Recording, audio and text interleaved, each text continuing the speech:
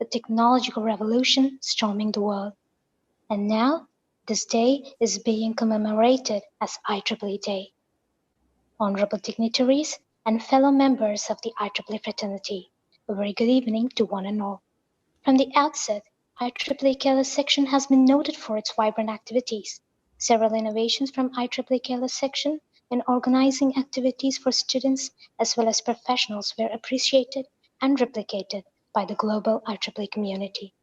Even during a global pandemic, our section has been going strong with spirited contributions towards the betterment of society. And today, all of us are gathered here virtually, celebrating IEEE Day, celebrating our achievements across lands and over time. With the underlying theme, leveraging technology for a better tomorrow, this special day reminds us of how immensely proud we are to be a part of an organization that is dedicated to advancing technology for humanity. Our guests today have joined in spite of their busy schedules, and we are very glad to have you here. We request you to place any message or wish that you may have for IEEE Kerala Section into the chat box. We apologize for not having the time for all the guests to speak during the session. We thank you once again for all your kind wishes. To welcome you all on this glorious occasion, it is my honor to invite one of the pillars of support of IEEE Kerala Section, Professor Shabrina Pillai, Vice Chair of IEEE Kerala Section, to give the welcome address.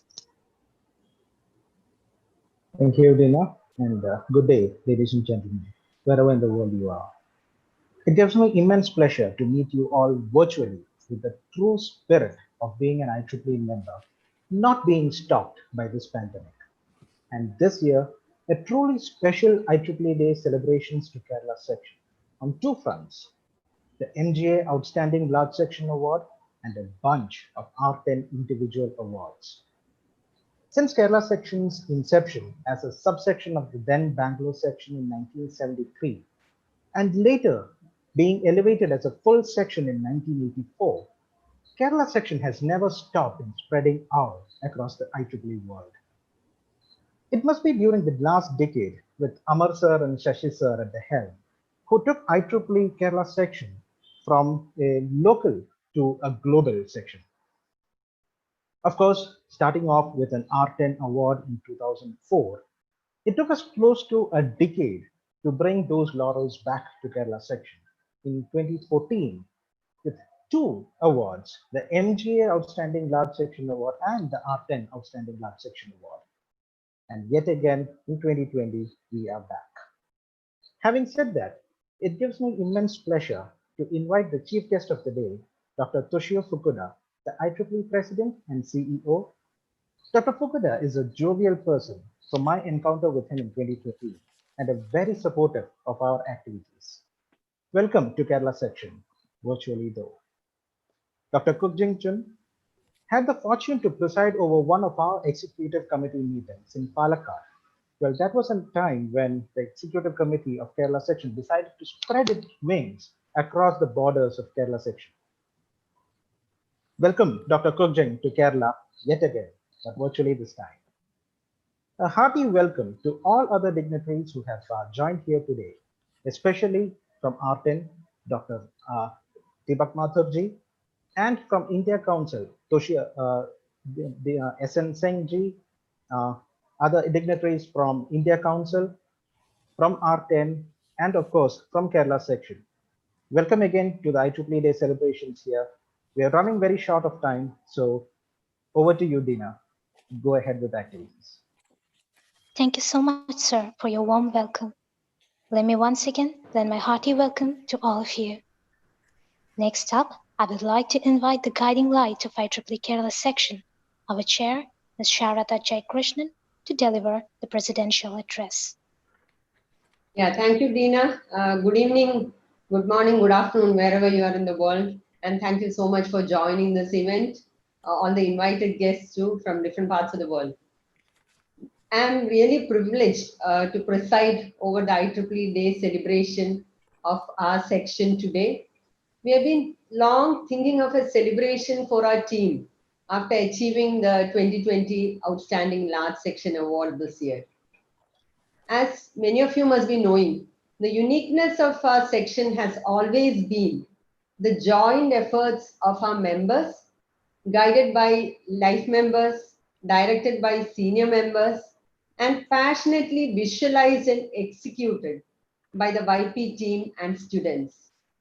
With 11 society AGs closely working with the 4 affinity groups and other activity boards, there has been many exceptional activities for our section over a period of the last 30 to 35 years. So some of which have been the outstanding work that was done during the tsunami, the indigenous e-Scientia project, which was delivered at Kochi, many flagship conferences, including ISTA's 10Con last year, PESGRI this year, national level student congresses, to name a few. So the pandemic has both sides, of, as we say, both sides of the coin. It also has brought in some opportunities, because virtually we could get such a large group to come together for today's celebration.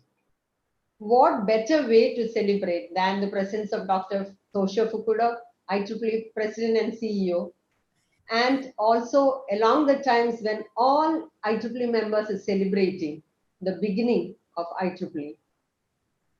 As most of you must have noticed, the theme of today's event we had coined as Beyond the Pandemic, Volunteering with IEEE for Technological, Social, and Humanitarian Process, which, as you know, is very relevant, especially for the IEEE members, because I'm sure many of them are considering what is it that moving forward will IEEE hold for its members. We also have Professor Kupchin, who had kindly consented to give a special address. Incidentally, our volunteers were very passionate and spirited because of their volunteering, irrespective of the age and years of experience, keep winning awards. So this time we have the Art and Awards, individual awards, which are also being presented by Mr. Deepak Mathur, Art and Director-elect. We have also, I'm also looking ahead to the discussions that are going to happen as part of the panel discussion on the same topic. And we have also given a small session for felicitations and also for the student community to mention their activities. So let's move ahead to the program today, and thanking everyone for joining. Over to you, Dina. Thank you so much, ma'am, for your enlightening words. We feel honored to have with us our Honorable Chief Guest, Dr. Toshio Fukuda, 2020 IEEE President and CEO, a man of distinct vision and a fountainhead of illuminating ideas, who has led IEEE at the forefront in transforming lives and inspiring future innovators with his distinguished work in numerous capacities. It is an absolute honor and privilege for me to invite Dr. Toshio Fukuda to virtually present the 2020 MTA Outstanding Large Section Award to IEEE Kerala Section.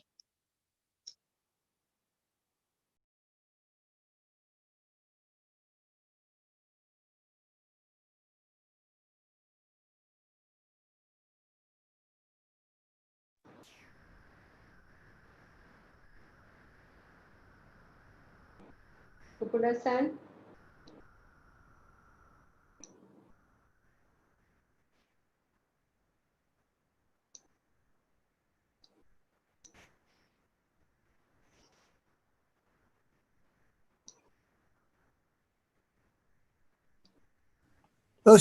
Okay, once again.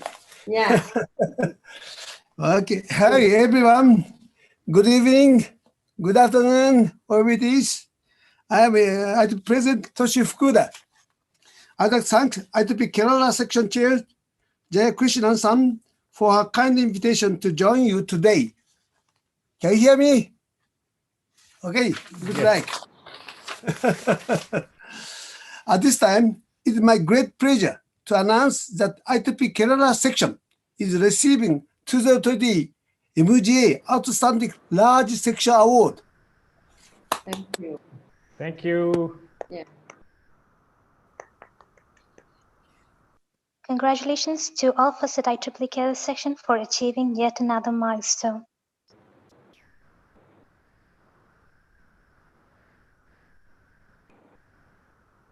Audio is muted, I guess.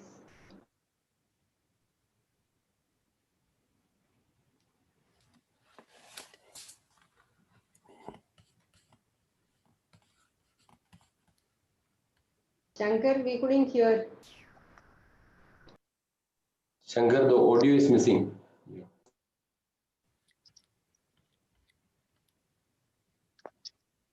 I think we can go Thank you ahead. Yeah, Dina, go ahead, please. Thank you so much, sir. Once again, congratulations to IEEE Kerala Section. Once again, I would like to invite Dr. Toshio Fukuda, 2020 IEEE Chair and CEO, to deliver the keynote address. Okay, thank you. Thank you very much once again. I hope you are doing well and stay healthy during these difficult times.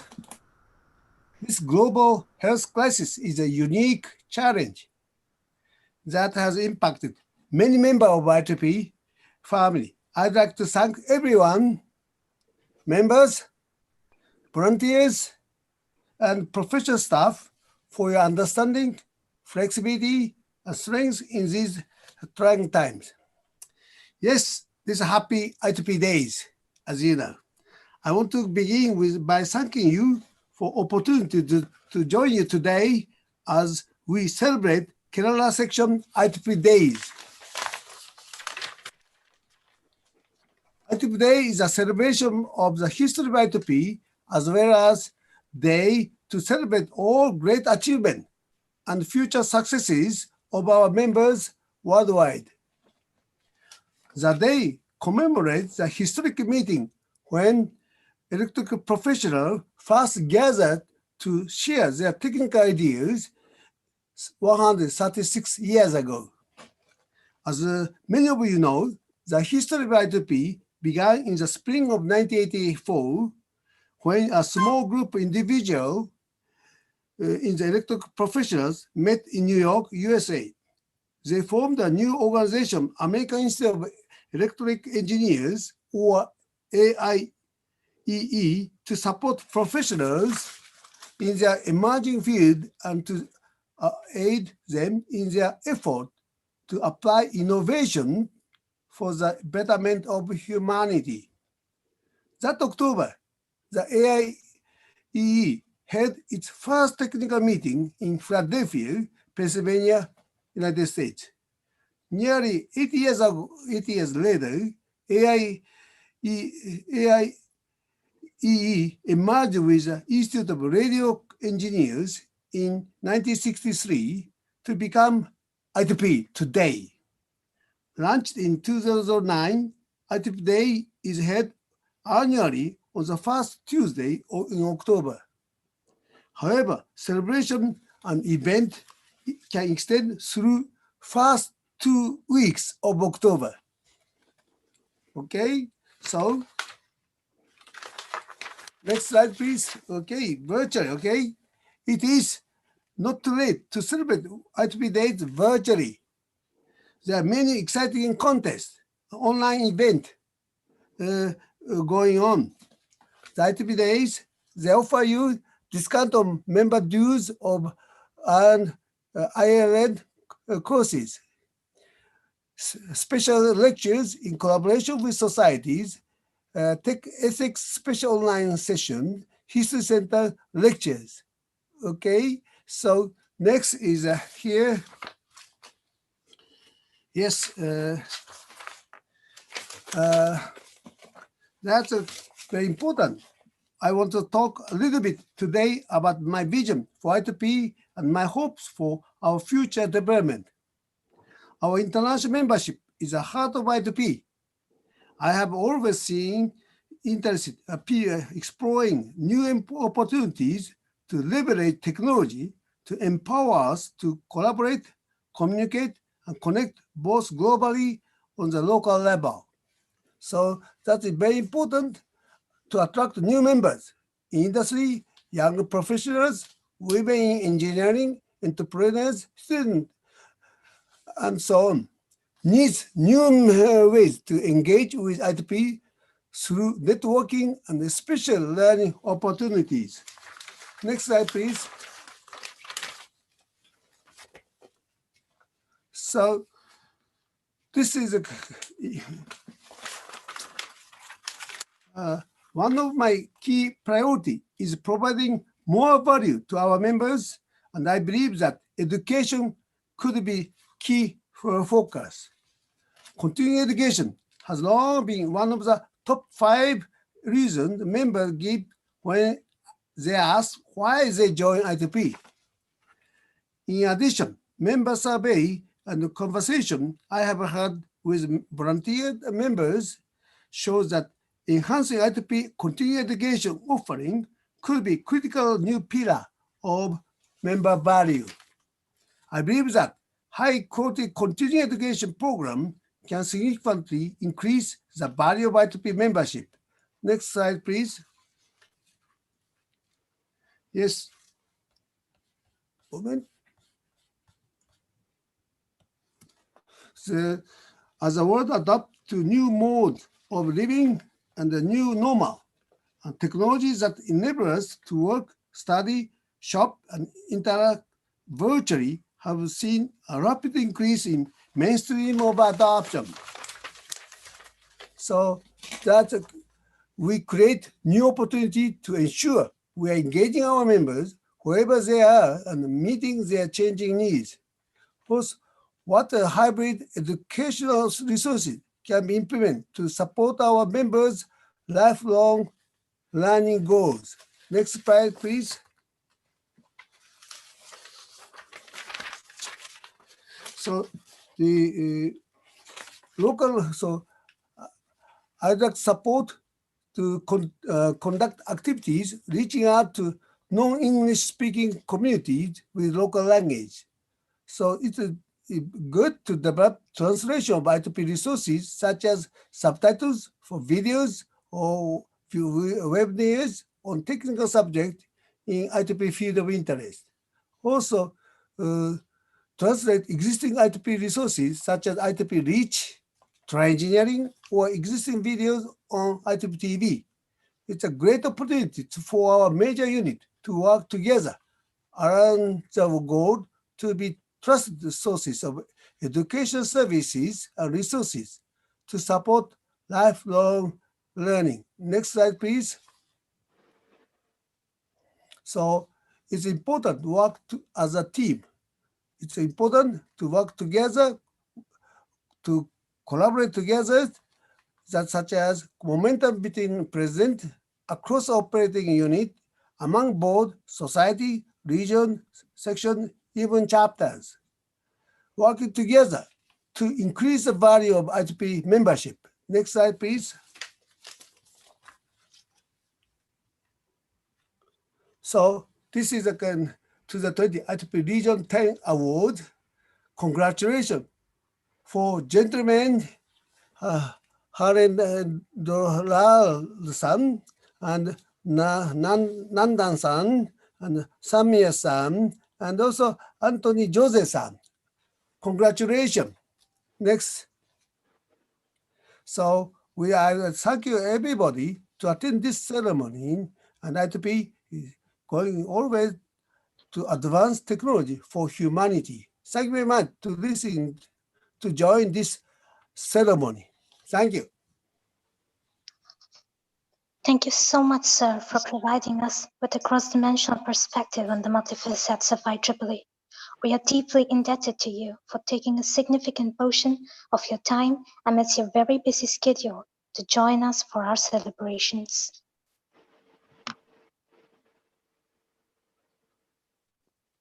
Due to a slight technical difficulty, we were not able to play the video with the audio earlier.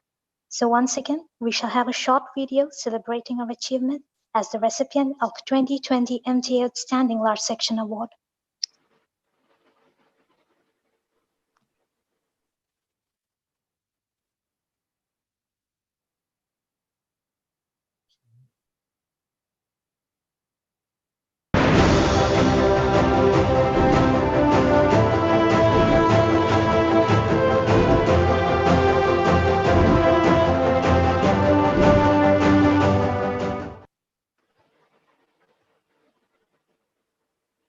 thank you for the video.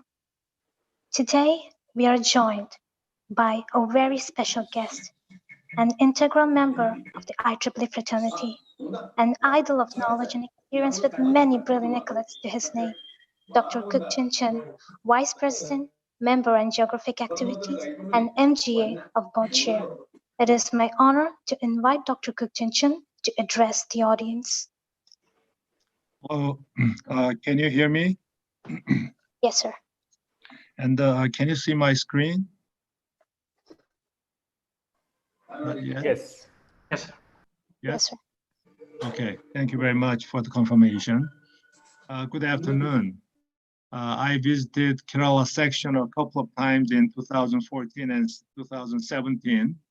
And 2017 was when Region 10 Tenzin was held, and I was the region director. I'm always surprised by your section and its leadership for their enthusiasm and good achievements. I know I'm not the only one with this appreciation to marvelous Kerala section. I really appreciate your section for their great contributions and showing good examples to IEEE members and volunteers from section leadership to the LMAC, WIE, YP, SB. So all of you are really wonderful. It is my great pleasure to join the IEEE Day of your section and celebrate a prestigious MJ award. The MJ Outstanding Large Section Award is one of the most honorable awards in MJ, since there are over 10,000 geographical units in IEEE with 342 sections. I think more than half of these sections are in large section category, so you can imagine how difficult it is to receive this award. I'm not surprised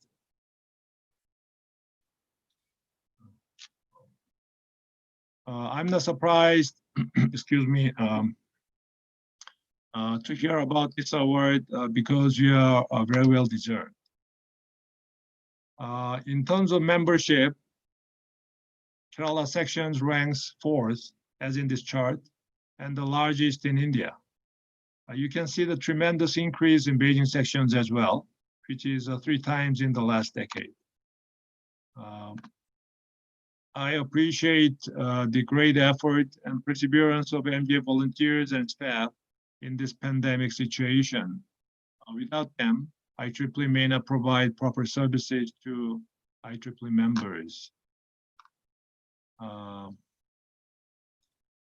This slide shows how complicated MJ is to satisfy members of IEEE.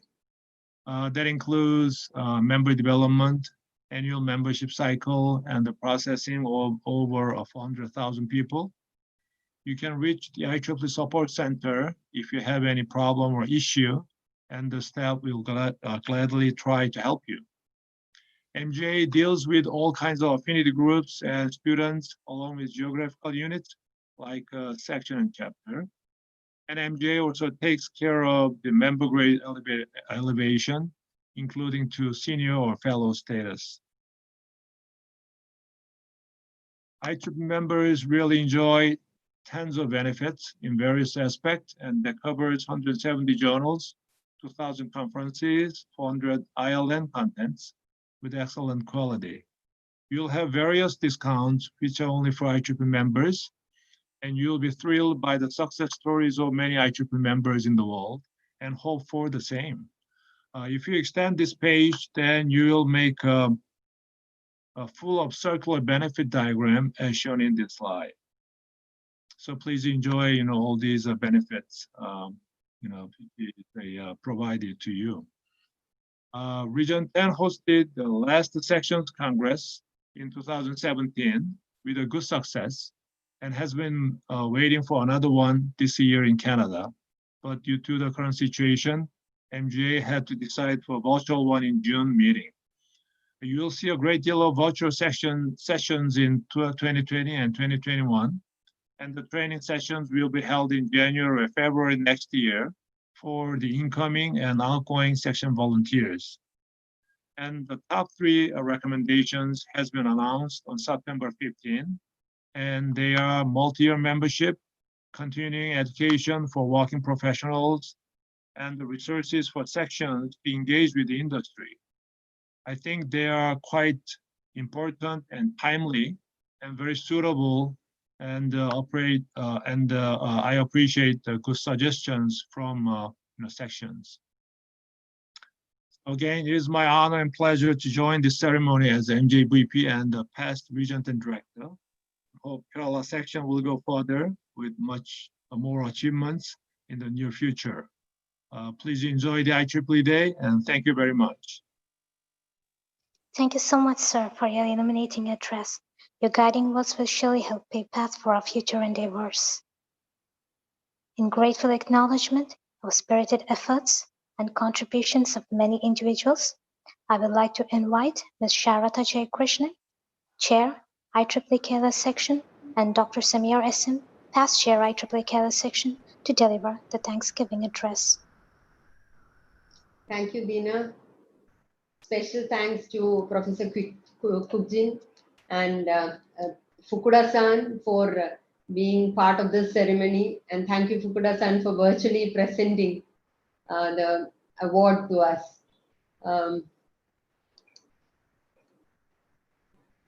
As I was mentioning earlier, there was this point raised by Professor Kubjin, that what is unique about Kerala. So I was mentioning the uniqueness of Kerala section has been, I think, the complete blending of different levels of members, including the life members, senior members, young professionals, and students.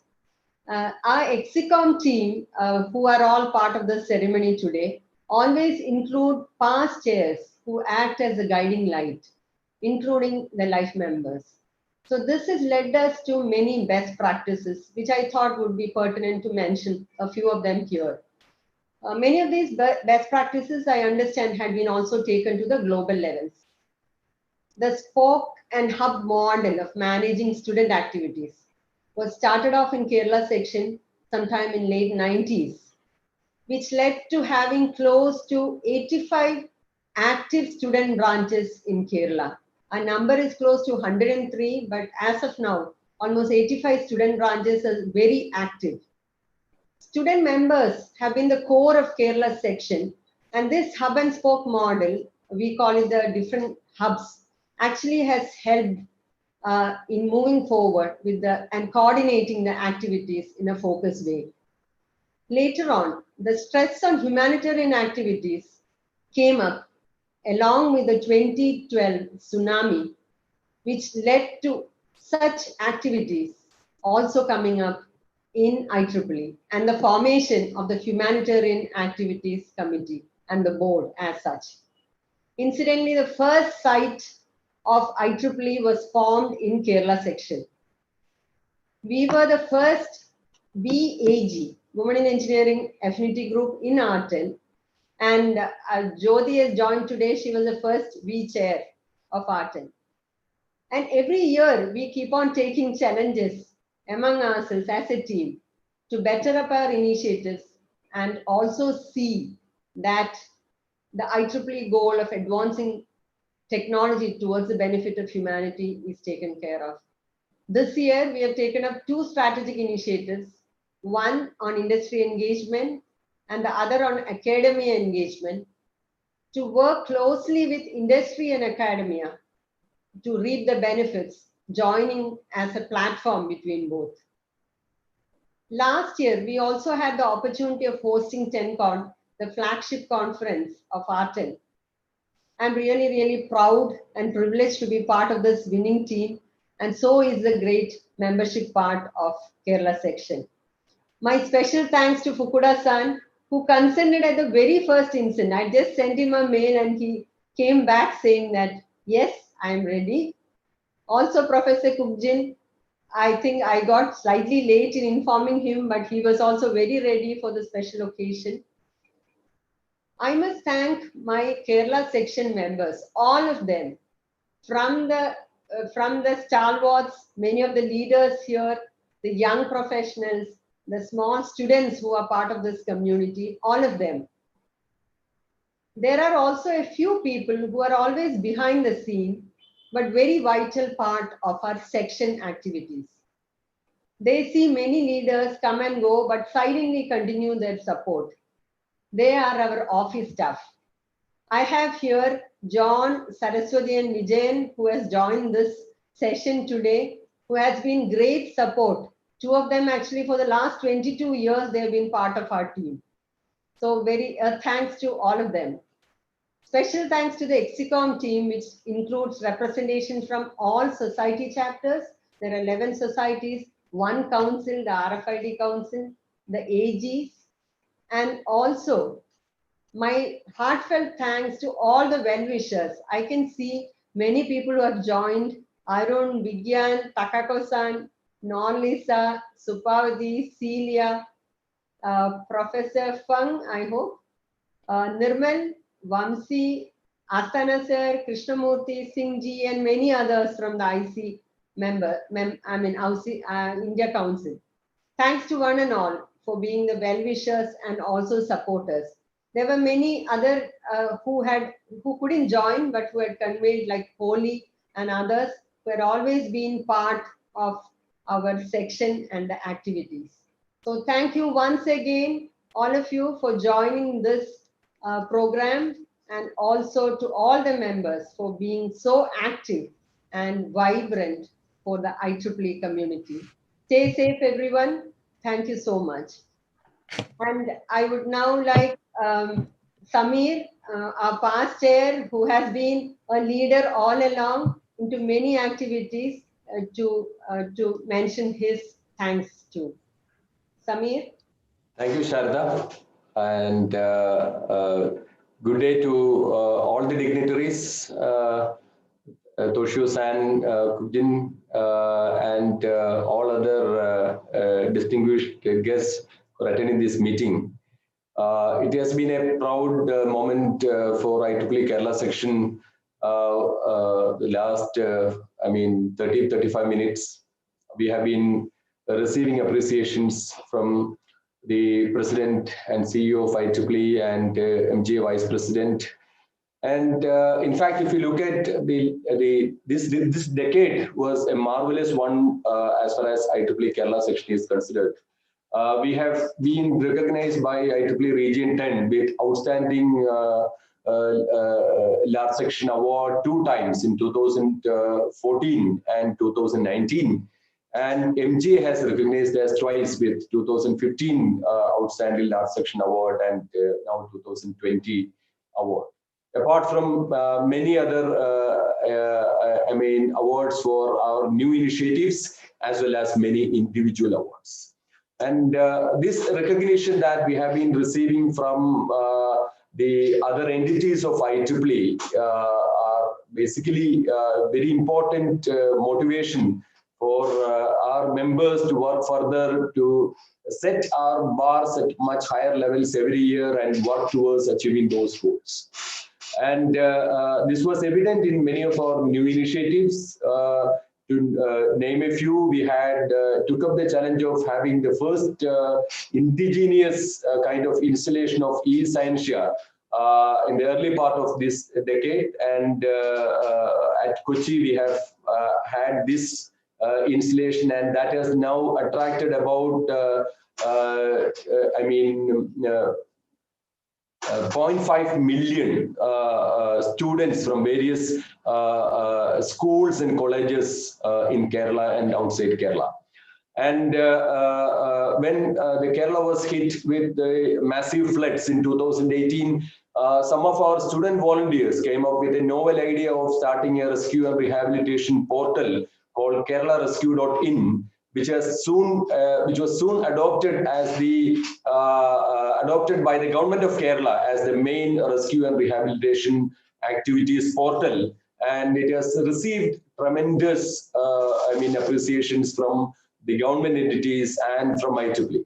When Professor Kuptin was the Region 10 Director, he has granted us with special incentive, apart from the giving the highest amount of incentive in 2018 for IEEE Kerala section, he has also granted an additional incentive for our special efforts towards Kerala rescue efforts.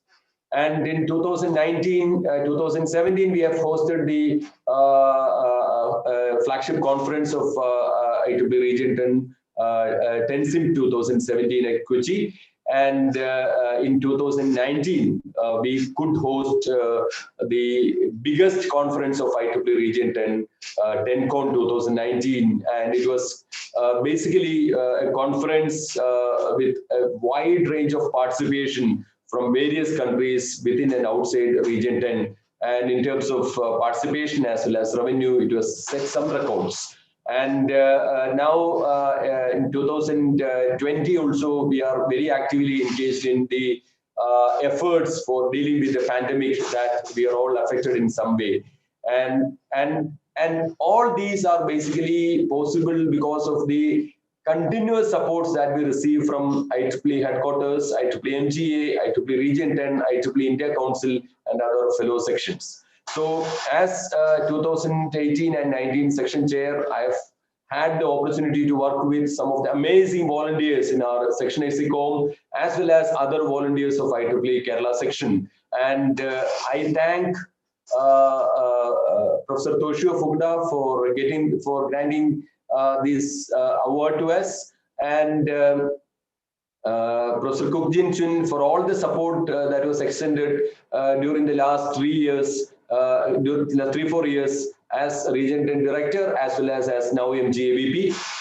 Professor Aknori Nishihara, who could not make it to today's meeting, I thank him for all the support that he is extending us as Art Director.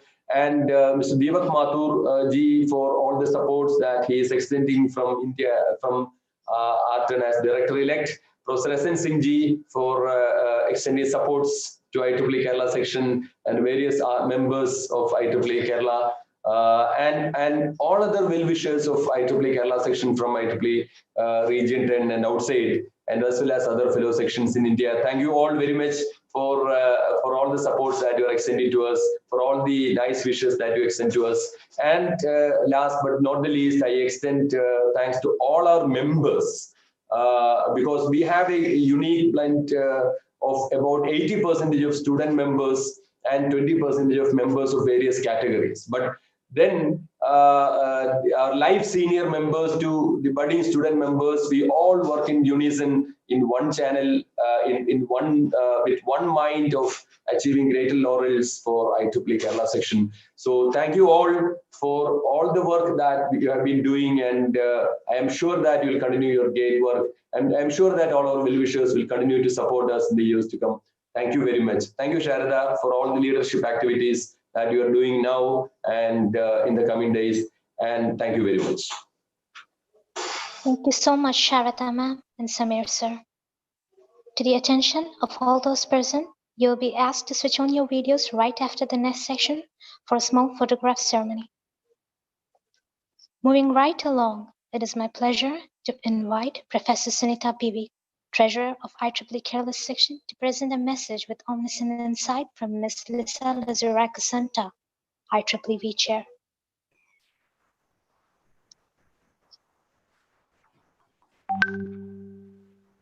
Thank you, Dina.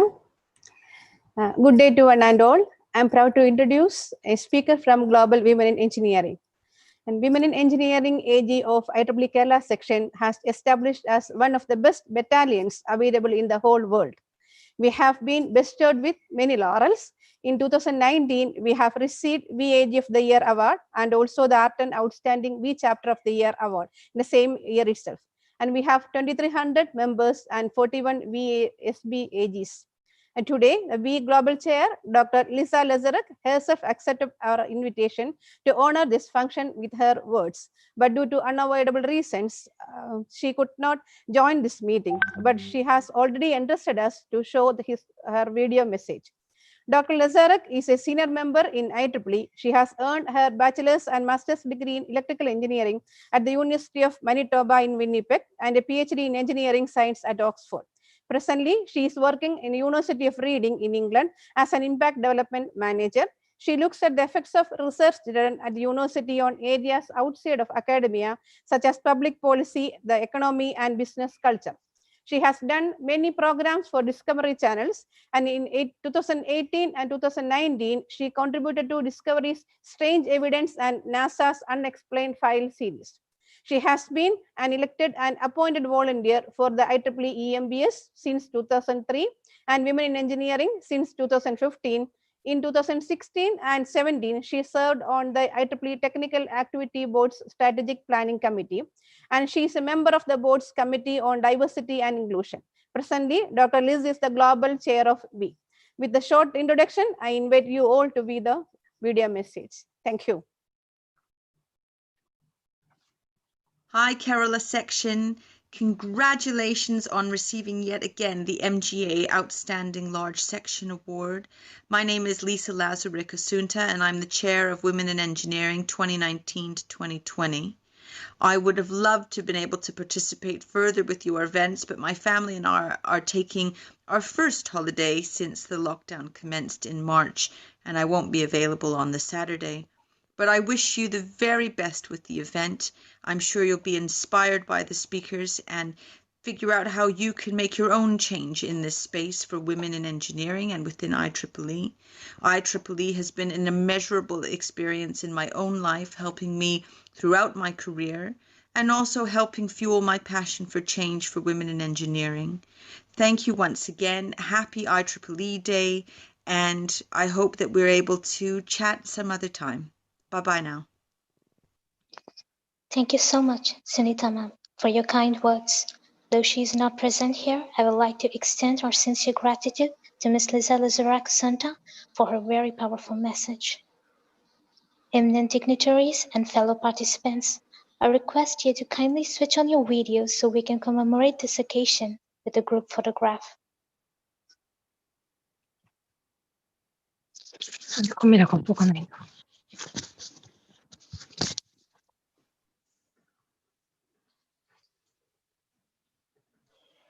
Once again, I would like to request all the dignitaries and fellow participants to switch on your videos so that we can commemorate this occasion with a group photograph.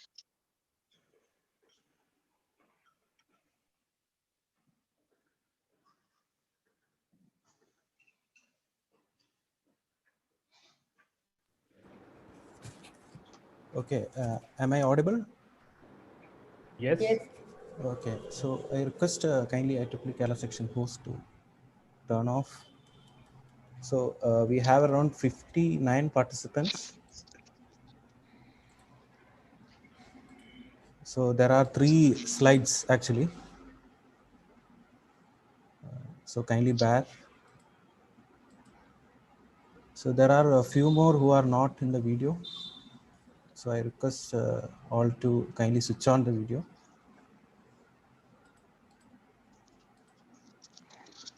And if possible, I request everyone to turn off the mic because the order changes.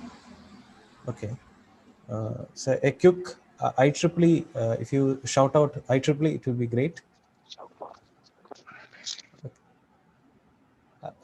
Like on the count of 1, 2, 3. Just a moment. On the count of 3, 2, 1. 3, 2, 1. IEEE. IEEE.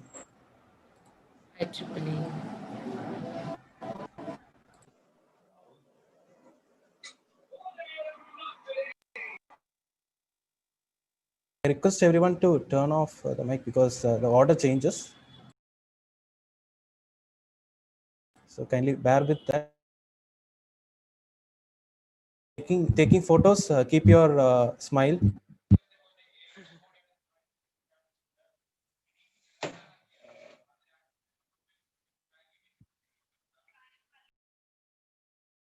Okay, thank you. Thank you all. Thank you. Thank you so much, everyone. You may now switch off your videos. Next, it would be an absolute privilege for me to invite Mr. Deepak Mathur, Art and Director-elect, for a special address, and to also present individual awards to 4 brilliant, much-deserved art and awardees.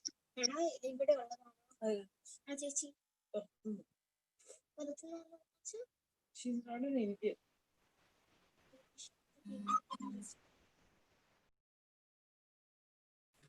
Thank you, Dina. Dina, thank you very much for reminding the brief history of IEEE on IEEE Day celebration. Thank you very much. And I'm really glad to see my IEEE colleague and IEEE President Toshio Fukuda, Sam, and Professor Kukjin Chun, who is the VP of MGA and past Region 10 Director. Nice to see them and nice to see their presentation. And I really echo the appreciation given by Toshio-san and Kukjin for Kerala section. In fact, once you come after so many people, then you don't have anything to say. And all appreciation has been given by my previous speakers. And I also agree with Sharda Jayakrishnan's remark on Kerala section about the blending of all member grades from students to life member, and the way they are collaborating with life members, YPs, chapters, that is really remarkable. So these are really unique feature of Kerala section. So thank you, Sharda Jayakrishan ji, for well thought event, and this is a great idea to have award function in virtual event and this virtual format. And I'm really delighted and honored to be the part of this award ceremony. My pleasure becomes manifold when it comes to giving such prestigious award to very talented, passionate, and dedicated volunteers to whom you know very closely and very personally.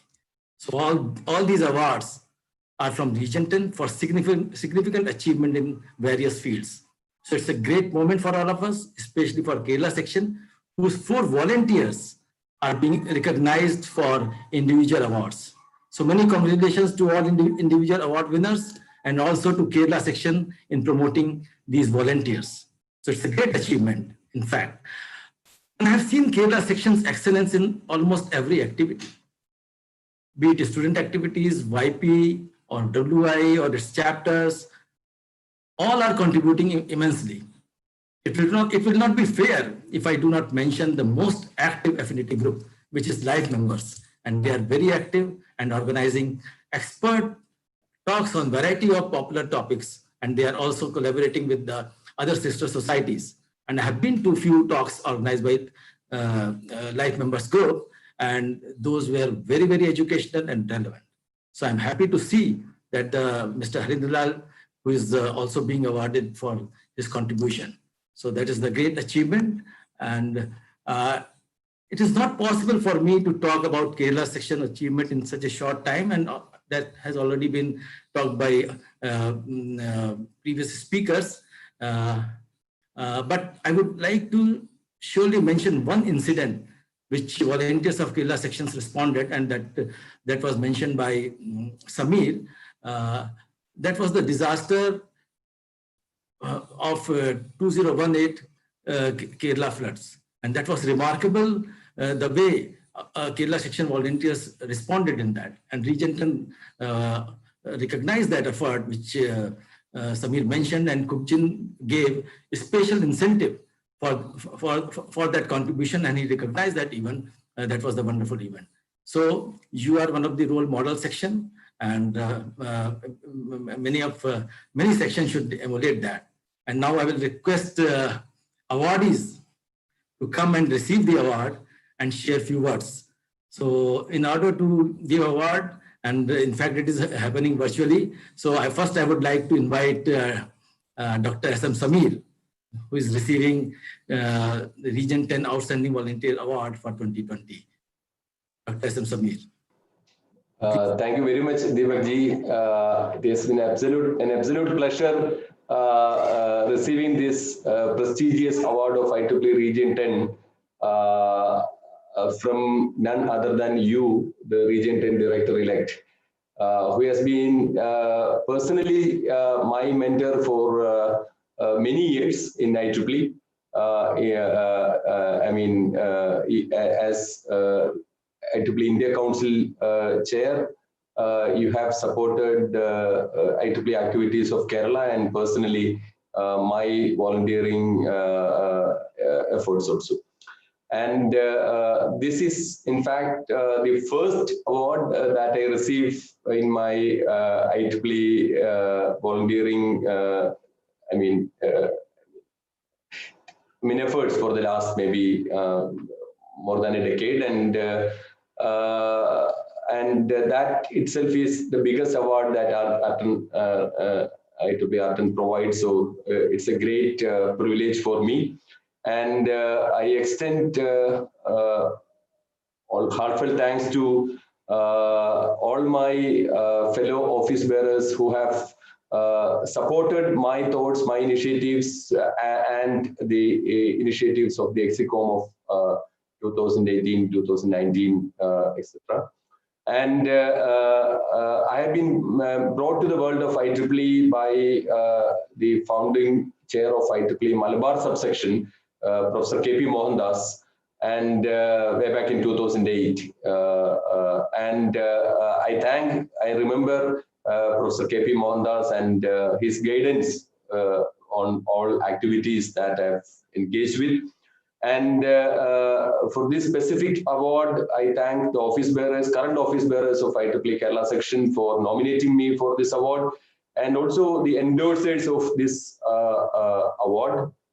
I'm not naming them, but then they are very, very close to my volunteering, experiences. So they always support me for various activities.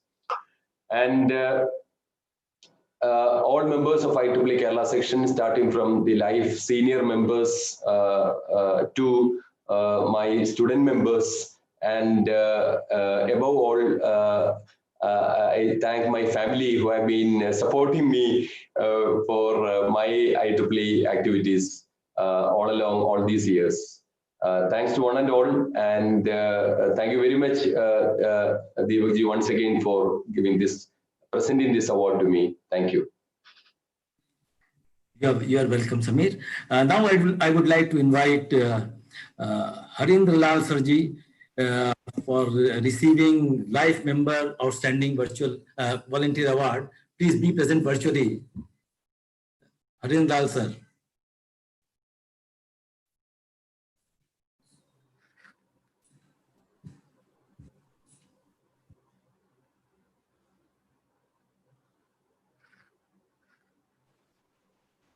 Thank you, Mr. Deepak Mathur. It's a very proud and pleasant privilege for me to receive this most prestigious award of Region 10.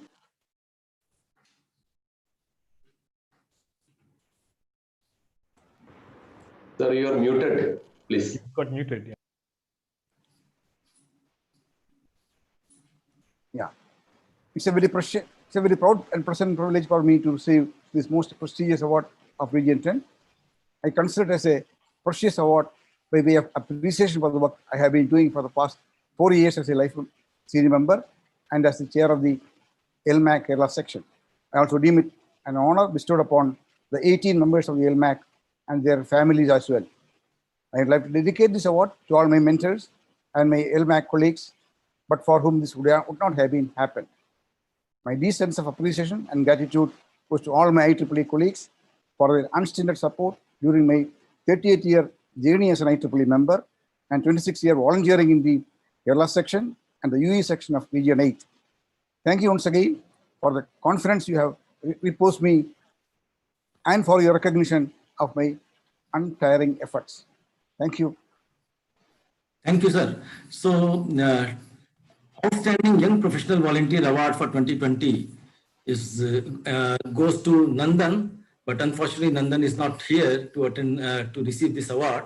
So we congratulate him for this outstanding performance and receiving this outstanding award.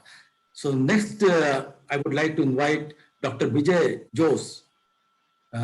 Please be present virtually and receive the Region 10 Humanitarian Technology Activities Award for 2020. That is Outstanding Volunteer Award, Region 10 Humanitarian Technology Activities. Thank you, sir. And thank you to current Kerala section for the nomination and the IEEE leadership for the selection. This is mostly based on the work I'm doing on a school, government school, and improving their technology facilities. And I would like to share credit with our past chair of Kochi subsection, Dr. C.K. Anandan, and volunteer Mr. Russell PP, who made contact with the school and started this.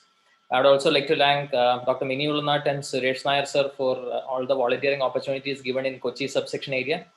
And finally, I think even my proposal got accepted because of the wonderful work done during 2018 floods by Samir sir and team. And I think I just presented it in a good way to get a grant and get it rolling. So thank you, and I share this with the section volunteers who made that possible. Thank you. So with this, award ceremony is over, and I would like to congratulate each and everyone who has received award and who has contributed in this award-winning section for MG Outstanding Award also. With this, I give back to mic to Dina. Thank you so much, Deepak sir, for your words of enlightenment. A hearty congratulations to all the recipients of Art Awards. The question, what's next, has always plagued our minds with the terrible outbreak of COVID-19. Whose effects on our personal, social, and professional lives seems dauntingly unceasing. To answer your questions on how IEEE plans to venture towards accelerating its vision crosswise pandemic, next up we'll be having a riveting panel discussion on the topic Beyond the Pandemic, Volunteering with IEEE for Technological, Social, and Humanitarian Causes. I would like to invite Mr. Satish Babu, past chair IEEE Kerala Section, to moderate the discussion and introduce our eminent panelists. Hi, good day to everybody, and thanks, Dina, for the introduction. Actually, we are running a little bit ahead of time, and the consequence of that is that two of my panelists from the US have not yet joined, but that's not a problem. We will get started with the panel discussion, and they'll join as they come in. We can let them speak. Welcome to this part of the 2020 IEEE Day celebrations of Kerala section. This is a panel discussion, and the theme of this panel discussion is Beyond the Pandemic, Volunteering with IEEE for Technological, Social, and Humanitarian Causes. What we're trying to highlight here would be the short-term and long-term impacts of the global pandemic on different aspects of volunteering within the IEEE system or ecosystem. So very quickly, let me introduce the format for these discussions. We have 6 panelists, and 2 of them are from the US time zones. So in case if they have trouble joining, we might invite somebody from the floor of this meeting. And each of the panelists have 4 to 5 minutes to speak in the first round. We have a timekeeper, Varghese, who's also the backup moderator in case I have a network problem. Now, Varghese will alert each speaker at 4 minutes. After that, after all the speakers are done, we will open up the floor for questions and comments, both from the Zoom room as well as the YouTube live stream. And after the discussions are over, each speaker will have 1 minute to make a concluding remark. So we have tried to get a cross-section of, panelists from different domains. We have a very eminent set of panelists right now. These are Deepak Mathur, who is the RTN Director-elect, who would be talking to us about industry and IEEE. We have Dr. S.N. Singh, Chair, India Council, who would, although we have not discussed this in detail, who would talk to us about volunteering from the academic perspective and from the Indian community, IEEE community perspective. Then we have Dr. Mini Ulanat, Chair of V Affinity Group. Mini will be speaking to us about specifically focusing on gender aspects of volunteering in the post-pandemic period. Then we have Sampath Kumar Veeraraghavan of IEEE HSC, who will be talking about the global humanitarian strategy and the impact the pandemic will have on the strategy that we've been following so far. The 5th speaker is Dr. Sukumar Kamalasadan. He is a Duke Energy Distinguished Professor in the University of North Carolina, who specializes in power and energy. So he would be talking to us about innovation, especially in the domain of power and energy vis-a-vis the COVID pandemic. And the 6th and final panelist is Mr. Jayakrishan MC, who will be talking to us about the site and Kerala section and the grassroots level changes that the pandemic is going to kind of create for us in the IEEE communities, local communities. So I don't want to speak any further. I'd like to invite Deepak to start off the discussions about industry and IEEE. Over to you, Deepak.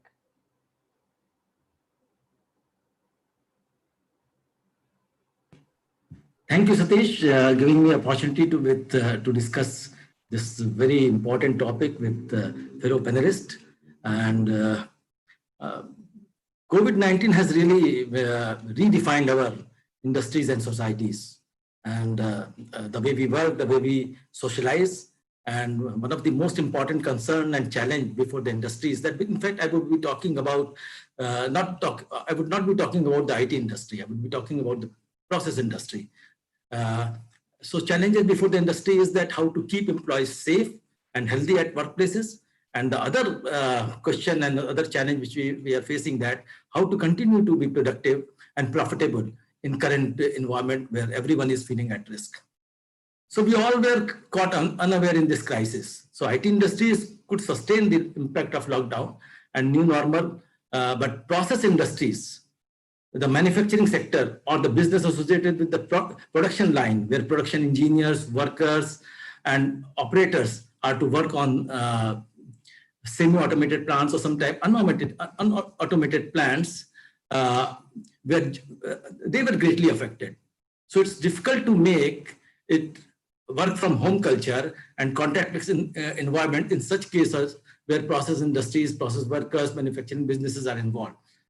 So when government announced complete lockdown, industries closed many of its operations and run only those bare minimum which were required to keep company going. And such forced decisions which industries were bound to take, and such decisions will have long-term impact on industries. So the closing down was a very difficult thing, but industries were bound to take such decision, and that was with long-term impact. And because industries have to pay a very high price in reviving many of the closed processes and many of the closed operations. So many of our industries were doing data acquisition on real-time basis, but control was absent in the process industry. So we have to bring an efficient SCADA system, supervisory control and data acquisition system, so that the monitoring and control of our critical operations could be done remotely, and that we realized when the situation came. The other challenges which we faced during this crisis in our industries, which were scattered in remote locations, for the connectivity, because now the question is not of only voice connectivity. It was not only simple data, but there was a lot of connectivity requirement was for video conferencing. So we faced problem of automation, we faced problem of connectivity, digital connectivity, and there are all possibilities now. Seeing this, that businesses will be redefined, businesses will be transformed, and many businesses will close for the new one. And we are going to see evolution of new business models for products, for processes, for services. Many of the corporate sectors, they are shifting their HR function, finance functions, and training functions online, and the core businesses only will be from the office. So let us remind ourselves in this scenario that if there are challenges, we have opportunities too. And our job is to find that how opportunities are coming in the field of training, skill training, then automation, and developing digital platform. So these things we have to find, and we have to see that what opportunities we can tap. Now I would like to talk about IEEE, that how IEEE responded during this pandemic time. IEEE responded very well, very swiftly, very effectively. In fact, all of our activities became virtual. Even Region 10 took the initiative, and they did Region 10 AGM online, virtual mode. Even the voting and motions all were done on virtual platform. After that, say the Congress or conferences, workshops, webinars, all we were doing on a virtual platform. And even recently we concluded students. Sir, you have a minute to go. Student SYWL Congress, that was also the also on virtual mode, and recently we organized our conference leadership program that also went on virtual mode. So our if you see that how COVID-19 response will be in future, and what I'm planning in 2021 and 2022 as a region 10 director, I'm seeing that January to March is going to be virtual. April to June, I think that it will be, we can go for the hybrid model.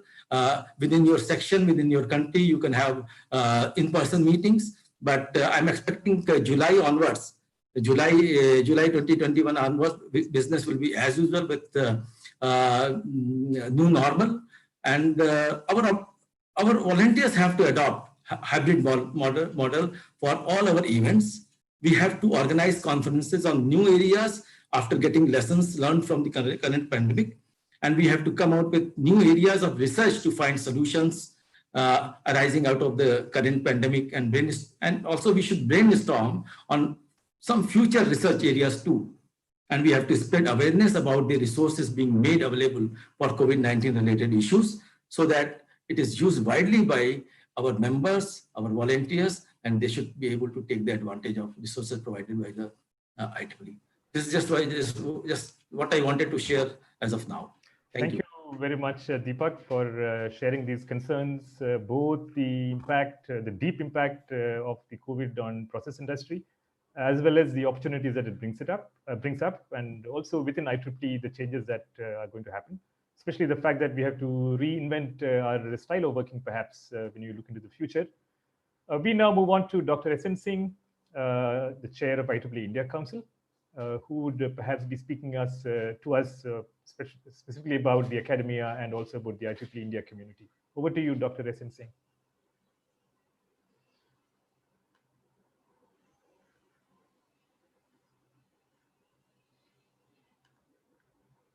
Okay, yeah, it was muted from that side.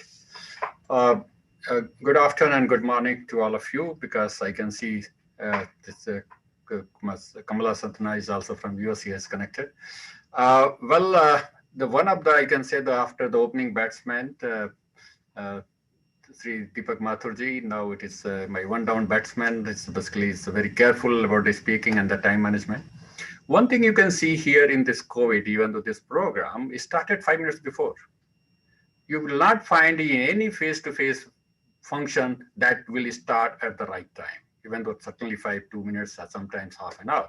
But you can say the most of this virtual meetings, webinars, they are starting at the time, even though sometimes people are waiting, just say yes to go. So that is opportunity, and that's even though now the Indian people are also coming to that particular time.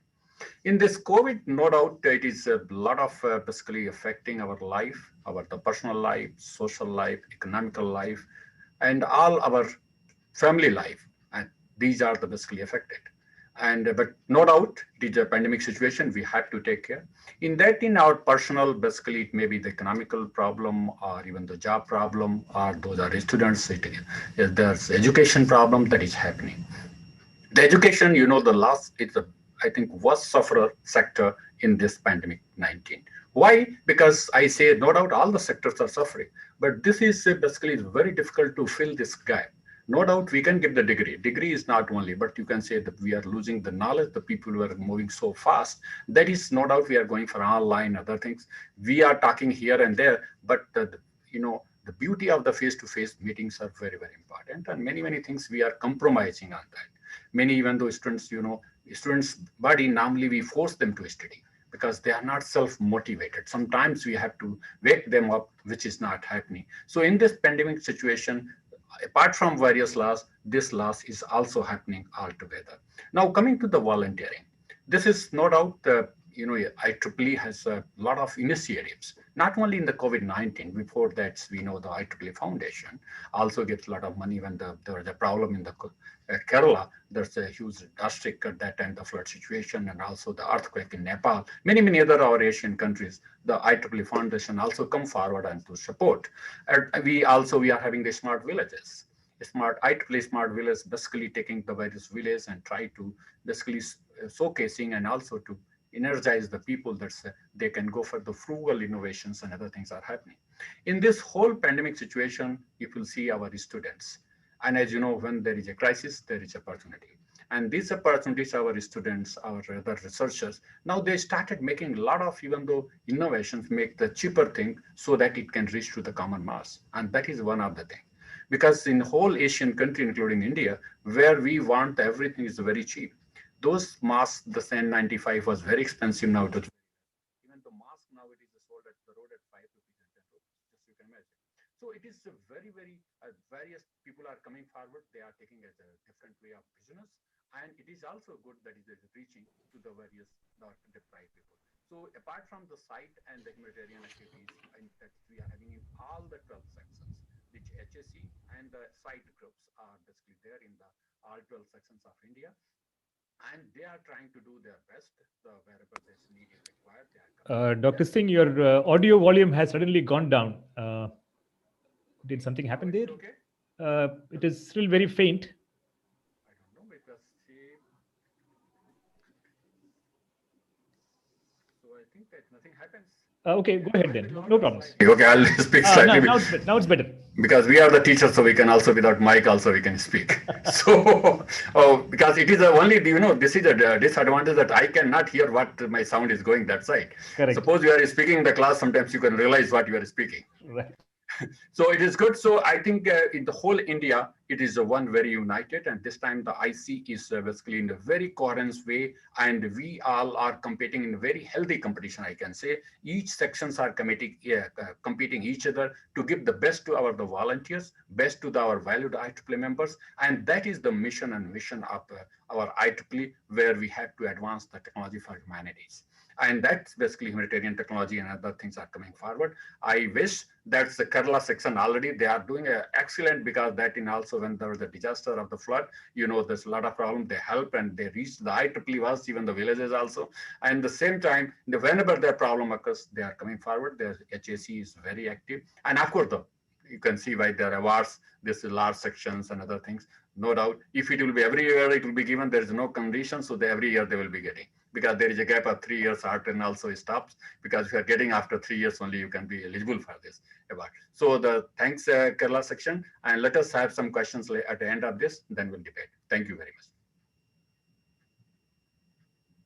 Thanks very much, Dr. Singh, for the initial intervention. I'm sure the education, the academia is most deeply impacted, and we will see creative responses. We are already seeing some responses. I'm sure there will be more creative response, because we were caught unawares. This happened suddenly. We didn't have time to plan.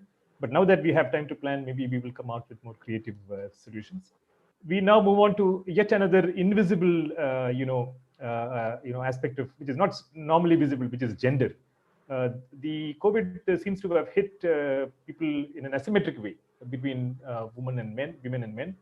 So Dr. Mini Olenat, who's the chair of WE, will speak to us about perspectives on gender and post-COVID scenarios. Over to you, Mini. Thank you, Satish. Yes, as you said, COVID-19 crisis has affected men and women in different ways. So let me start off with a first-hand experience I had.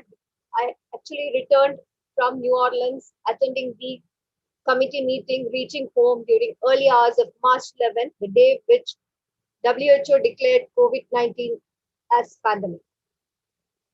I had the first-hand experience of going for quarantine, the kind of stress, the kind of insecurity, and totally unaware of what is going to happen next.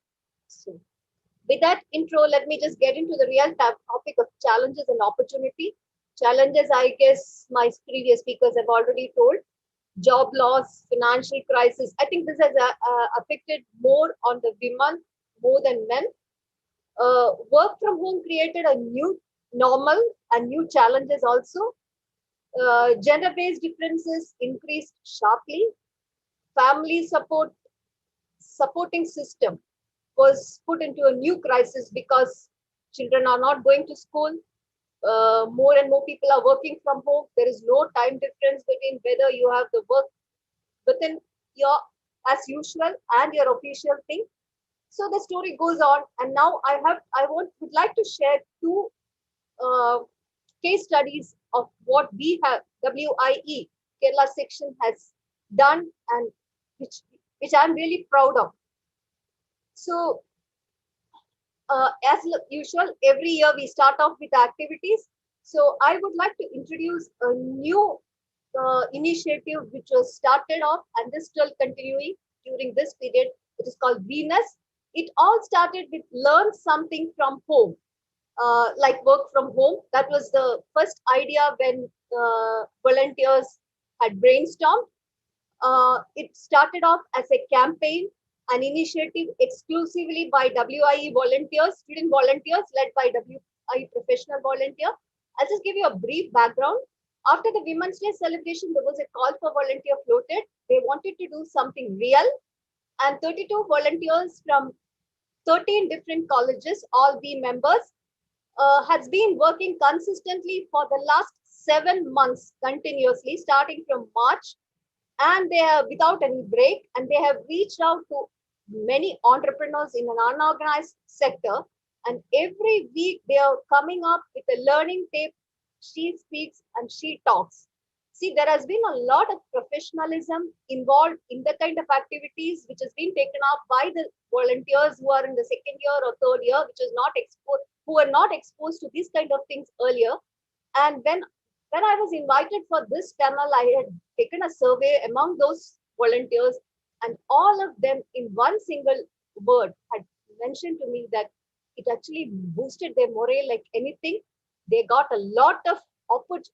They knew that, okay, they found out that this is the way they can contribute, how they have upgraded their skills, technical skills, soft skills, everything. And that can be really, I'm really proud of my girls, and they're doing a wonderful job. And I'm just waiting to see how this is going to culminate. So that is one thing. And another case I want to share is that cyber-based violence has increased quite a lot. WIE has joined hands with Childline, an initiative of Ministry of Women and Child.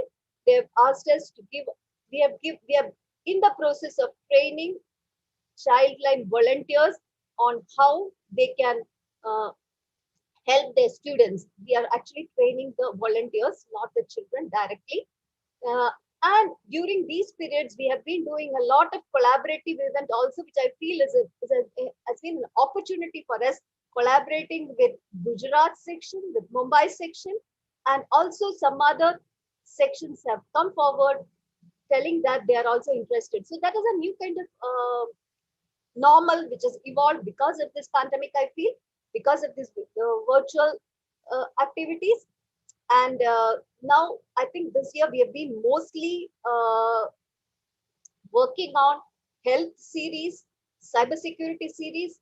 And I think this has been a good opportunity for us to convert all the challenges that has been coming in front of us. I think this is what I wanted to share, Satish.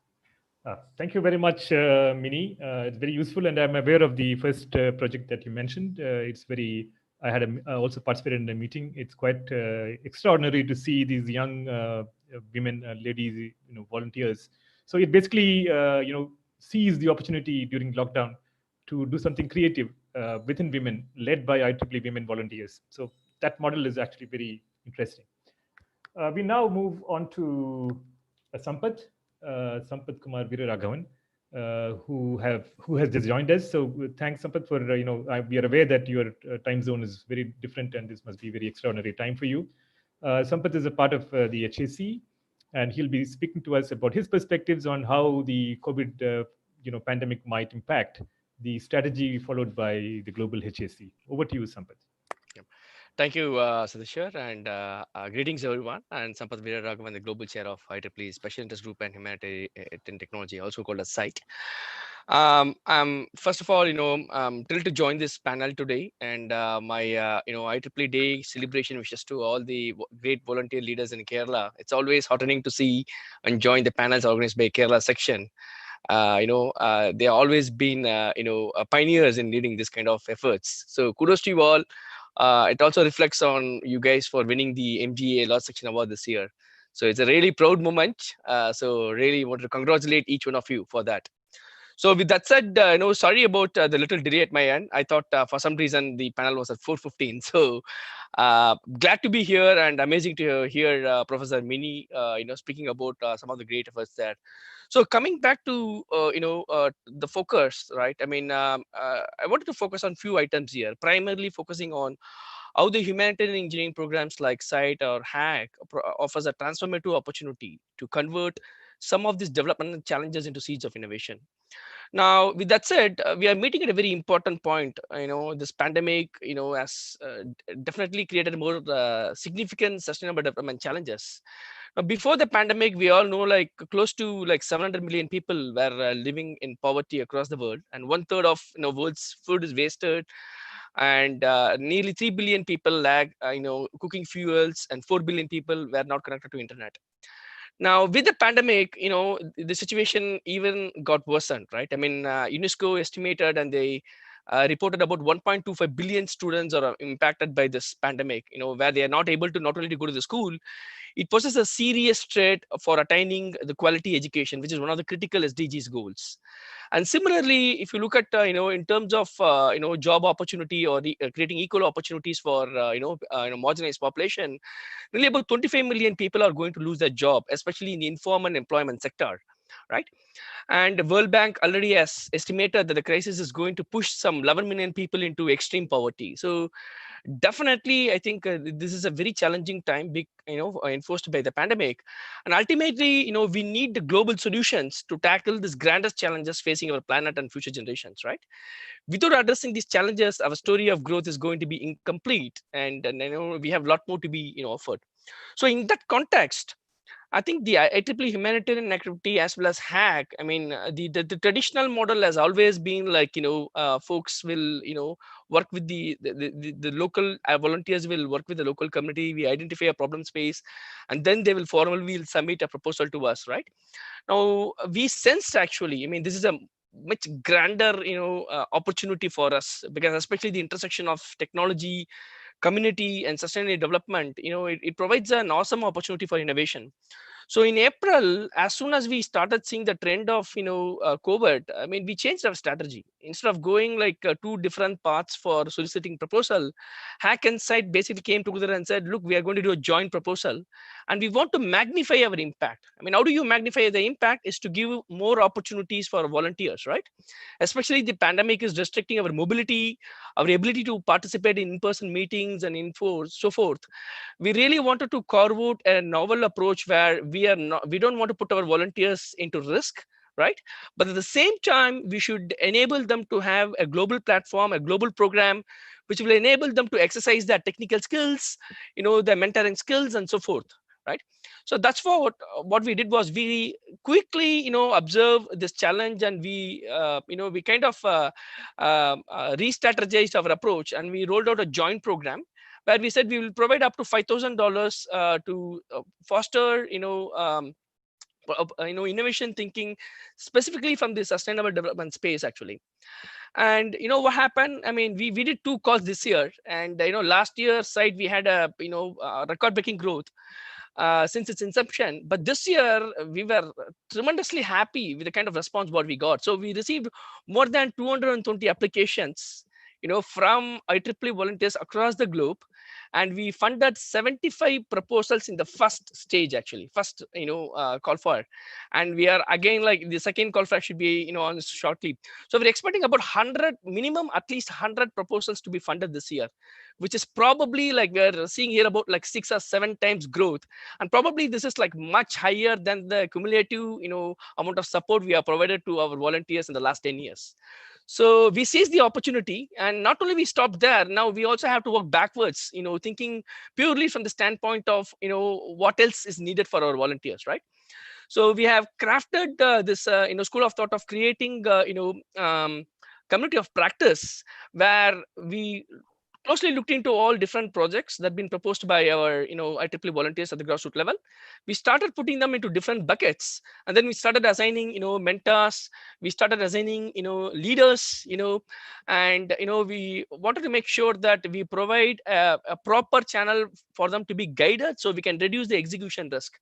So with that said, the meta point I wanted to make here is, I think as this is an amazing opportunity, for every A IEEE quick time volunteers, check, please. right? So definitely, I think we have leveraged the opportunity, and we are able to launch a relevant program. So make the best use of it. So with that said, one last call out I wanted to make here is, I think we need to continue this momentum at grassroots level, especially like Kerala. I've been working with Satish, Dr. Satish, Dr. Amarnath for a long time. The great amount of programs they have launched there. Certainly, we need to create an ecosystem where global professional engineering organizations like IEEE needs to partner with local organization, intergovernmental organizations to leverage programs like SITE as the foundational platform to engage our engineers and students to shape a better tomorrow. So with that said, I'll stop here. Thanks very much, Sampath, for that very passionate, kind of sharing of your perspectives. I'm sure SITE is a very key element of the IEEE's overall response to the post-COVID scenario.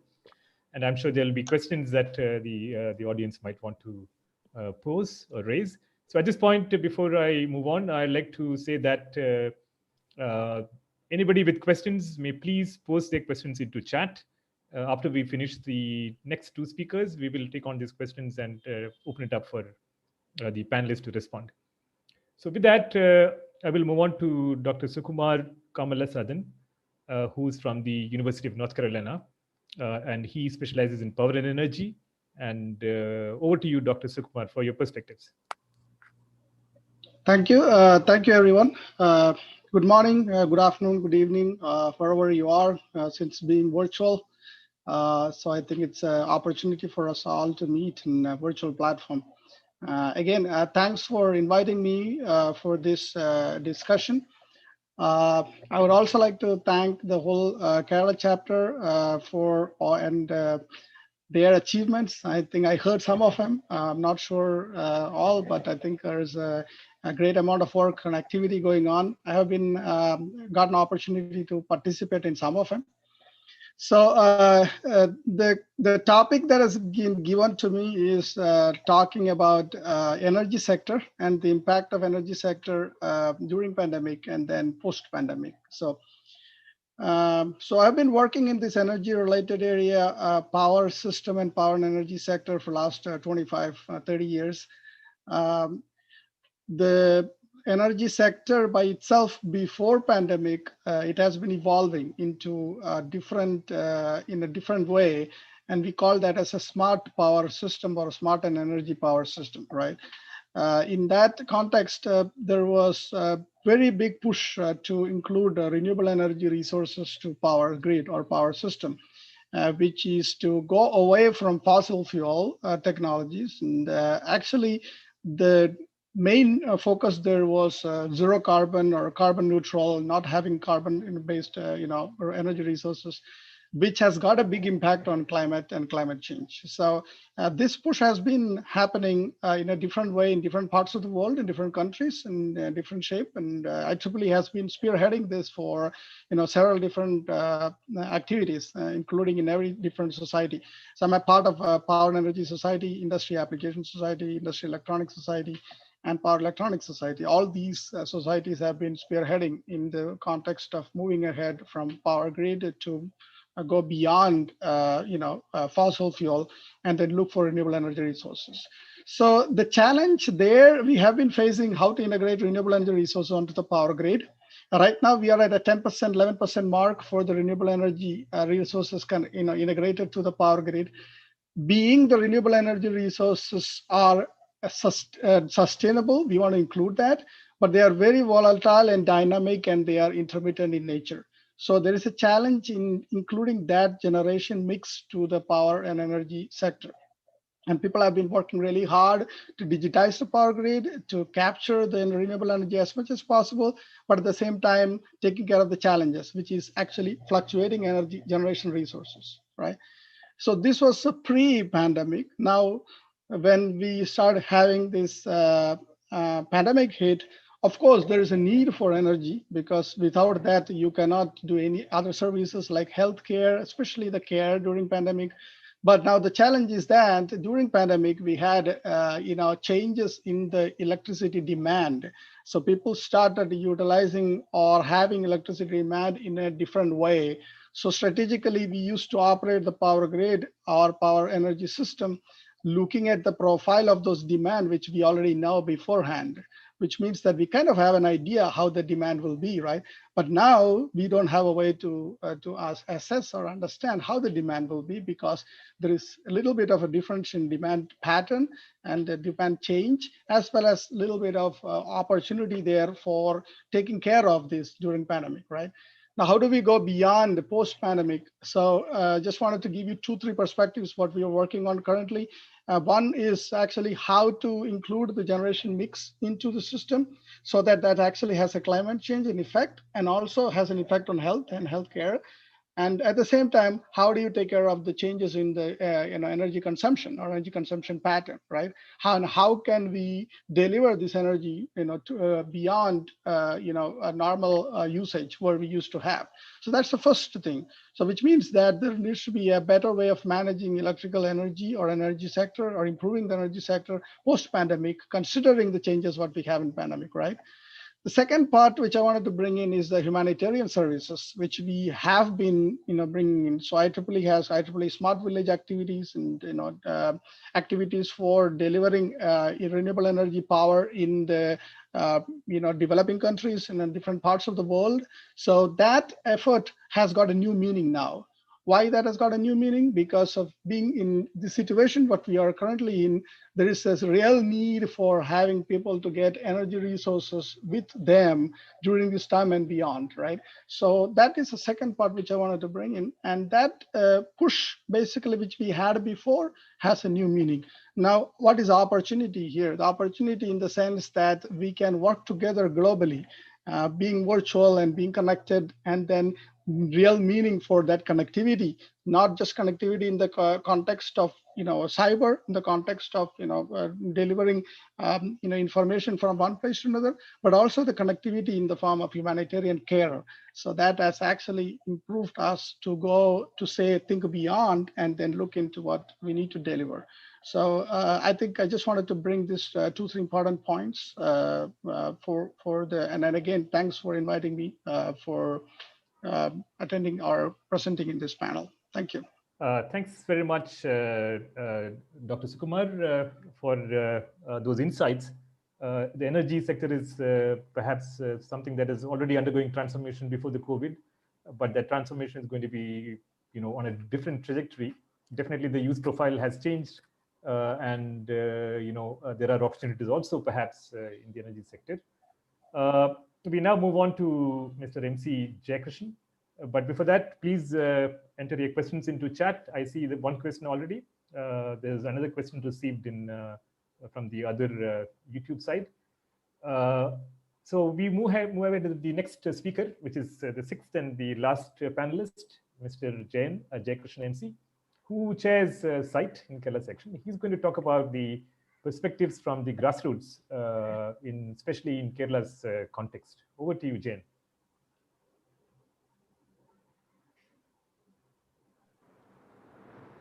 Yes, thank you. I hope I'm audible. Yes. Yeah, and thank you, Satish, and thank you for my own section to include me as one of the panelists. And Sampath, so you work at the global level at the site, and I work at the grassroots level in a section for the same site in Kerala section. So we are in Kerala section, always the volunteers keep our feet on the ground. And we have proven that, and we have done many of in the past also, like For example, in the 2004 Indian Ocean tsunami, many volunteers, including Satish, was one of the volunteer being there in the Nagapattinam coast of India on the eastern side, which was one of the worst hit by the tsunami, and the volunteers were providing support to set up communication networks and to set up a coordination center for various NGOs to provide the services to the community.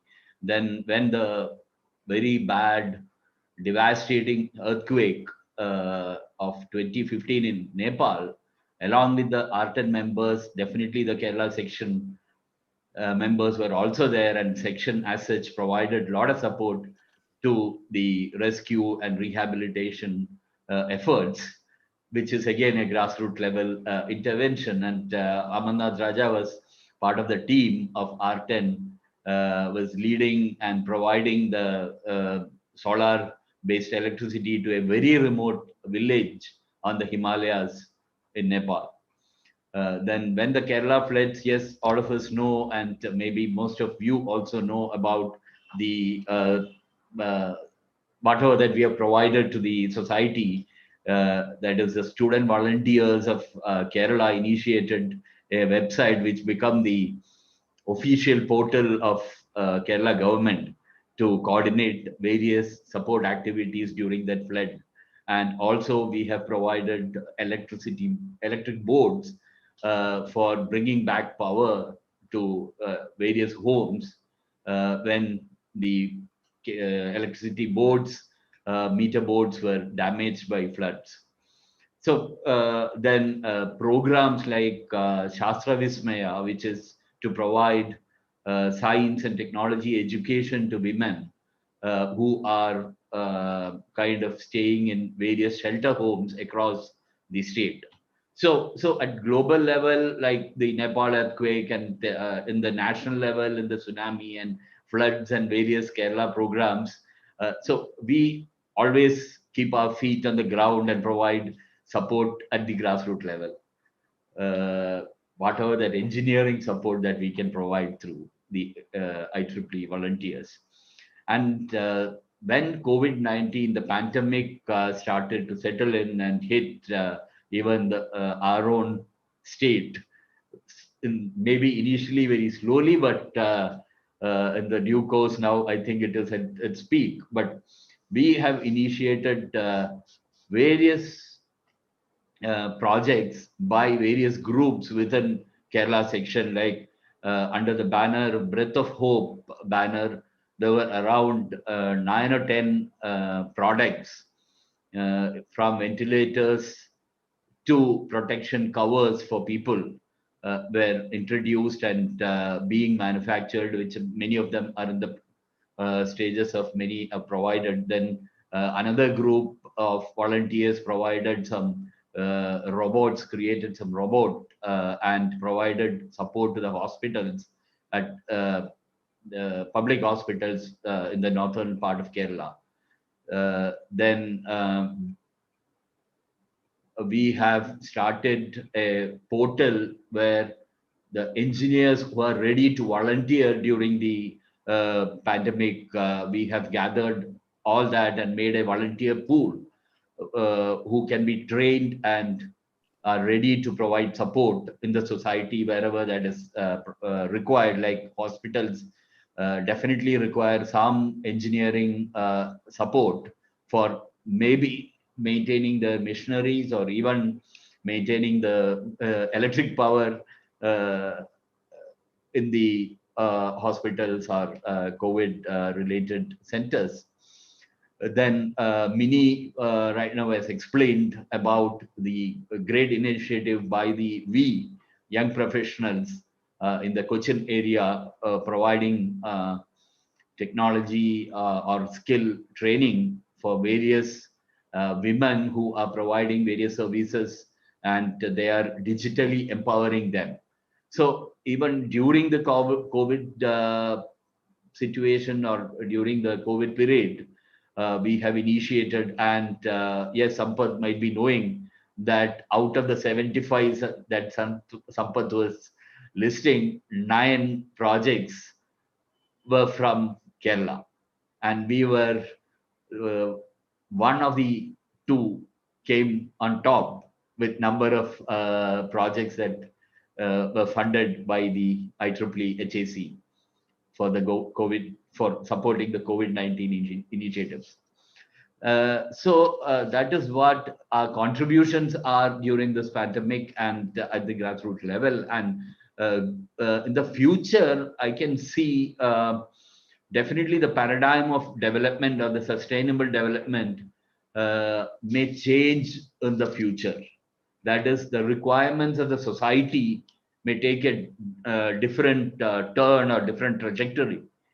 So a lot more of new services will be required as part of the new normal. That is, different sections of the societies, like the senior citizens who are old, then even the kids who cannot go to the school or to the playground, and they are all locked down in their home, and all of them require different services to satisfy their needs.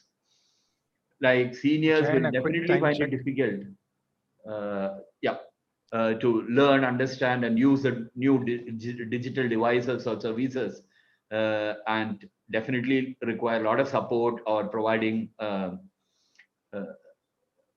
support through the engineering interventions. So I think IEEE and in general the engineers can think about how best we can provide efficient solutions to such sections of the society.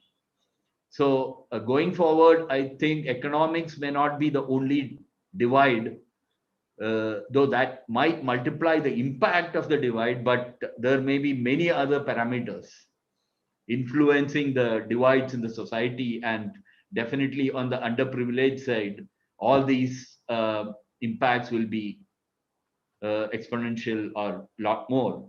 And we should think about providing appropriate solutions as engineers. So that's what I would like to add on to the discussion. And back to Satish.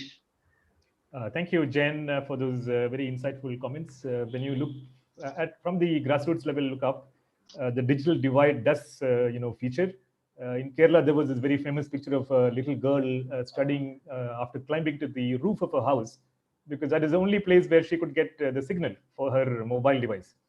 So again, noting that we have been pushed into so-called digital learning, for instance. It is not with a great deal of preparation that we got pushed into it. We were forced to struggle to find out our new normal as far as education is concerned. But now that we have time, maybe it's time that even IEEE started thinking about what we can do, for the future. We have about 3 questions now. I will read those questions out, and perhaps the panel can address some of these. I would request you to be very brief, maybe a minute. We have about 15 minutes for the entire Q&A. And then we have 1 minute for each panelist to make a closing statement. So with that, the first question is from Santosh Kumar. Any possibility of aligning some of the MOOC courses from IEEE or partnering IEEE with MOOC providers like Coursera to get certificates for reskilling and upskilling of IEEE volunteers? This is a narrowly defined question, but if any of the panelists would like to try to address this, you're welcome. I'll be happy to take this one, Satish. Okay, go ahead, Sampath. So Santosh, this is a great question. I think one of the main benefits of being an IEEE member is skill development. How do we offer content which can not only enrich your technical skills, but also how you can participate in sustainable development programs. I mean, along those lines, this year, I think Hack and Site, we have been heavily investing in creating content or courses, in other words, which are freely available for IEEE members in IEEE Learning Network, ILN. Especially, where you can definitely take those courses, you get certificates and so forth. Now, in terms of, how do we make sure that some of these certificates can be converted to professional credits or so forth? I think we are looking at the possibility of partnering with EAB, where we also have programs like continuing education programs and so forth. But right now, I think we haven't looked into the possibility of working with the private players like Coursera, but we have been in touch with UNDP and so forth, so that we will be able to make sure that our IEEE members can benefit from leveraging not only the open source content, but also this can add value to their resume, so that it becomes a unique opportunity for them to onboard to the industry. Or if you're a student, it will help you to get the right internship, or connect you with the right mentors in the industry. So there are other channels which are rightly available right now, where you can leverage these opportunities. Thanks very much, Sampath. Does anybody, any other panelists want to make a quick? Satish, Deepak yes, here. go ahead, Deepak. Yeah. So just to add what Sampath told, especially for this COVID-19, IEEE has come out with so many free resources, and that is for practicing engineers, that is for educators, for parents, researchers, and students. So those, I think members should go to that portal, and members should find that what they can get out of this for their advantage.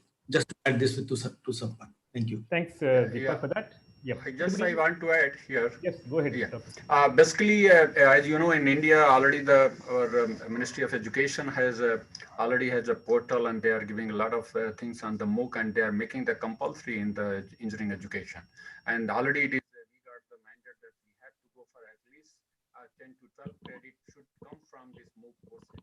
And these MOOC courses, there is some conversion rate that it is this. Dr. Singh, your voice. Singh, we are not able to hear you. Yeah. The same problem as last time. Suddenly you went to very low volume. Basically, what is in India, the government of this education ministry that has even though mandated that all the educational institutions, they will go for the no.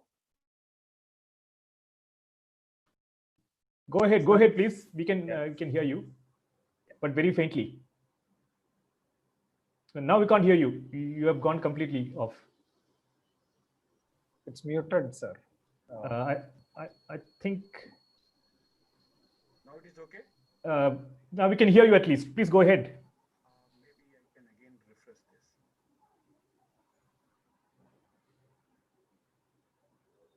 Okay, I think we will move on. It's very faint, but we can hear you. Why is it happening this? I think. Yeah, better. I think you can finish. We can hear you slightly better now. Say that even though our education ministry has mandated that now the educational institutions are technical, they should go for at least 12 credit hours should be compulsory, that they should go for the MOOC courses. And it is basically knowledge, they have defined how we can go for 1 week, 2 week, and 4 week, like different type of courses are there. And based on that, 1 credit, 2 credit, 4 credit is defined very clearly. And now it is a mandate. So if IEEE is having no doubt the MOOC courses, but that is only, there's no conversion rule, and even the government of India has not adopted in that fashion. If it will be adopted, certainly people can go far, but the add-on knowledge and skill development is always welcome, and our volunteers can take, and that is always better, always I can say. Sometimes even though we take courses from MIT, we take from NPTEL and other things, so that will be the add-on, the value is always there, but the conversion, I think at this moment, it is not available. Right. Thanks for that. I think when you hold on to your mic, it's working correctly. But okay, otherwise, I'll try. Okay. Thank you. So we will move on with the next question now. The next question is again on the academic side of things. As the academia is the worst affected, what can IEEE as a professional society do to help to change the academic system to incorporate more of virtual learning, especially in areas where getting hands dirty or experiential learning is required? Does anybody want to take this on? Basically, IEEE, as we all know, they are doing a lot of things, no doubt in the technical, even though also they are going to pre-university, and even though before that also the education, and there's various, even though streams of IEEE is working. But their reach is not very clear, as even though governments are reaching at the very primary and very niche area, very remote area. So IEEE has not reached up to that level. And again, you know, the internet and many other problems are there still, because many cities are, many villages are not having even though internet. I can tell you, even the IIT students, they are not having the internet. So what happened? Our volunteers gave the mobile phone to them with some internet, and they are even studying through that one. So I think IEEE has to reach to that one. It has not reached so far.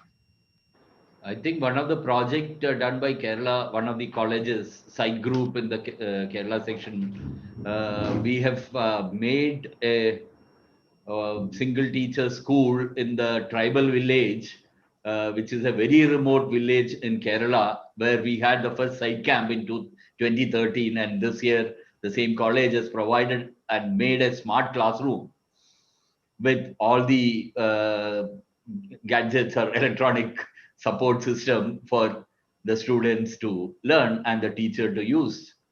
So that way, I think many of the side projects by the students can really get their hands dirty into providing support.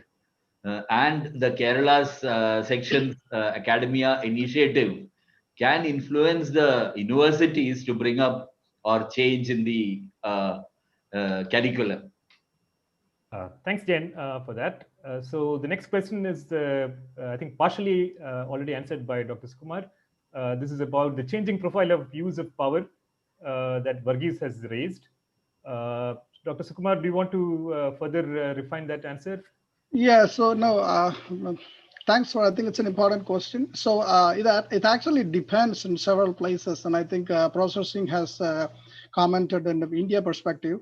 The demand pattern is definitely changing, right? So the demand pattern is changing and the usage profile is changing. But now the important part is that where your supply is coming from. So generating sources, whether it's close to the demand pattern, whether it's a changing pattern, or in some places, the generating sources are readily available. So that's basically the trade-off there, right? Now, when you talk about in the power energy sector, we used to have something called distributed energy resources, meaning energy resources are not at a specific location. It is distributed across the board, right? So that actually kind of, there is a big, innovation space there. There are a big push there to make the renewable energy resources in the distributed pattern. So that actually now has got a real meaning now, right? Because demand pattern is changing and demand is changing. So if we have resources close to the demand area, right, that has got a real meaning. So if it is not there, now is the time for us to look at that opportunity. So that's my comment. Thanks very much. I think that's a very valid point. Since people can work from home, the concept of city itself is probably becoming diffuse. People can go back to villages and use their work from there, etc. Right. We have now the next question, which is about startups and the supportive ecosystems. This is from Shahim Baker. The question is, during this pandemic, we have all noticed the need for low-cost medical support systems, many of which need higher levels of research. Even if IEEE Kerala Section has been coordinating and developing some such systems and making the designs open source, globally, can IEEE come up with an ecosystem through which the know-how for such life-saving systems can be made open to all and give training to volunteers to replicate the systems worldwide? Would any of you like to take this up? Yeah, Satish, I would like to take on this. Go ahead, Sampath. Yeah, so I think excellent question, actually. I mean, definitely, I think access to quality education has been on the front runner given the pandemic situation. So one opportunity I wanted to call out here is, especially for the COVID situation, I think we came back and we crafted this community of practice within Hack Insight, right? So there are medical devices. There's a specific, community of practice which we have crafted. So the idea there is actually get all these projects, foster, open sourcing eventually, find the common designs that can be replicated and it can be ported to other regions. So that's one opportunity that can be leveraged, in terms of participation. Secondly, there is also opportunities within EMBS and standards where I think, the goal is to look through, what really matters from the regional standpoint. I mean, while we have to think globally, but we need to act with localized strategy when it comes to, rolling out any products or solution into the healthcare market, because it's not only the device, but you also need to take into consideration regulations. Like if you take GDPR, we have HIPAA compliance in US and so forth. So I think there are avenues within IEEE right now, which I think, which our, entrepreneur focused, students or young professionals can leverage. I mean, I want to call out those opportunities for them. So. Thanks, Sampath, for that. So we will stop the questions now. And if any of the panelists have any particular response to this particular question of a supportive ecosystem, we can take one more response. And after that, we will go for a closing statement from each of the panelists. Does anybody else want to respond to this? What can IEEE do to provide support for local development of designs and sharing them worldwide, and then replicating the manufacture of these things in different parts of the world? Any other responses? I think one of the Breath of Hope series of products, all the designs are declared as open source designs, and which are available for the larger community, and definitely the designers or the people behind the innovators can provide support to the any part of the IEEE community who wanted to take that designs and produce devices. Right. Thanks, Jen. Yes, the Breath of Hope has been from the initial stages of its formation. They have decided to go open source, although it is somewhat counterintuitive when you're an entrepreneur, but still they have taken this decision for the larger good. So I think we have to commend their position. So with that, we would like to now, we started slightly early, so I would like to pass on the benefit of the time saved to the next part of the program. So I have now 1 minute for each of the participants, starting with Deepak for their closing statement. I've been told that Minnie has dropped out because she's having some network problems. So we will not have Minnie in the closing statement, but I'd like to request Deepak to talk to us for a minute. So thank you, Satish. I would like to speak from some future perspective based on the experience in industry. We have seen that because of this particular pandemic, economy has really suffered greatly, and that is worldwide phenomena. And everybody is concerned about the health and everybody wants to be safe, and jobs are getting affected badly, really. So these all are very, very serious concerns. And we all IEEE volunteers, engineers have to think differently now, because there is a need to bring a paradigm shift in our thought process and approach. And we have to leave the mindset of job seeker. There is a need to have mindset of job creator to address the global problem. And we can do it because we have learned that technology is going to be a big enabler. So let us remind ourselves, as I told earlier also, that if there are challenges, we have opportunities too. And our job is to find that. So this kind of thing we volunteers have to embed in our etch in our mind, and should work from that direction. Another thing which I expect that industries will optimize its resources, and technology is going to play a big role. They are going to invest in technology. They have to invest in the technology based on the experience. And the third thing which I feel is going to happen, that new research areas are going to emerge, especially in the health sector. So all these things we have to ponder on that, and many of the opportunities we have to just grab that, and we have to work on that. This is just what I wanted to share from the future perspective of this pandemic. Thank you, Satish. Thank you very much, Deepak, for those optimistic words. Let's now move on to Dr. Singh. Please speak for a minute. Yeah, right. Well, you know, this COVID-19 has given a lot of new even thrust on the individual in education sector. No doubt you can say online courses, they were existing for more than 20 years at the various universities like MIT, even to NPTEL 15 years before. But the very few people were even aware of that, and they were using. But in this pandemic situation has forced us to explore all the possibility. And now you can say people are going to have, no doubt the pandemic will be over. It will be the normal classroom, but the people are now addicted and visiting the various sites and taking advantage of those courses available long back. So this is another, you know, people never, and always we opt for, the students opt for shortcut once what they're getting in the class, and then finally they go for it. But now they are realizing the beauty of all those developed courses of various standard universities also across the globe, not only the NPTEL or other thing. So now this is basically giving a direction that we have to mixture of online and the offline courses, and we have to go ahead. Another lesson I can tell you, one of the electrical sector, which because I'm also from electrical engineering, and you know the Modi ji declared on 9th of April at the 9 p.m. this shut down for 10 minutes. And you can say we are operating the huge grid, huge one grid, and that is the 370 gigawatt capacity. In that, we predicted that only it will be 16 gigawatt will be reduction.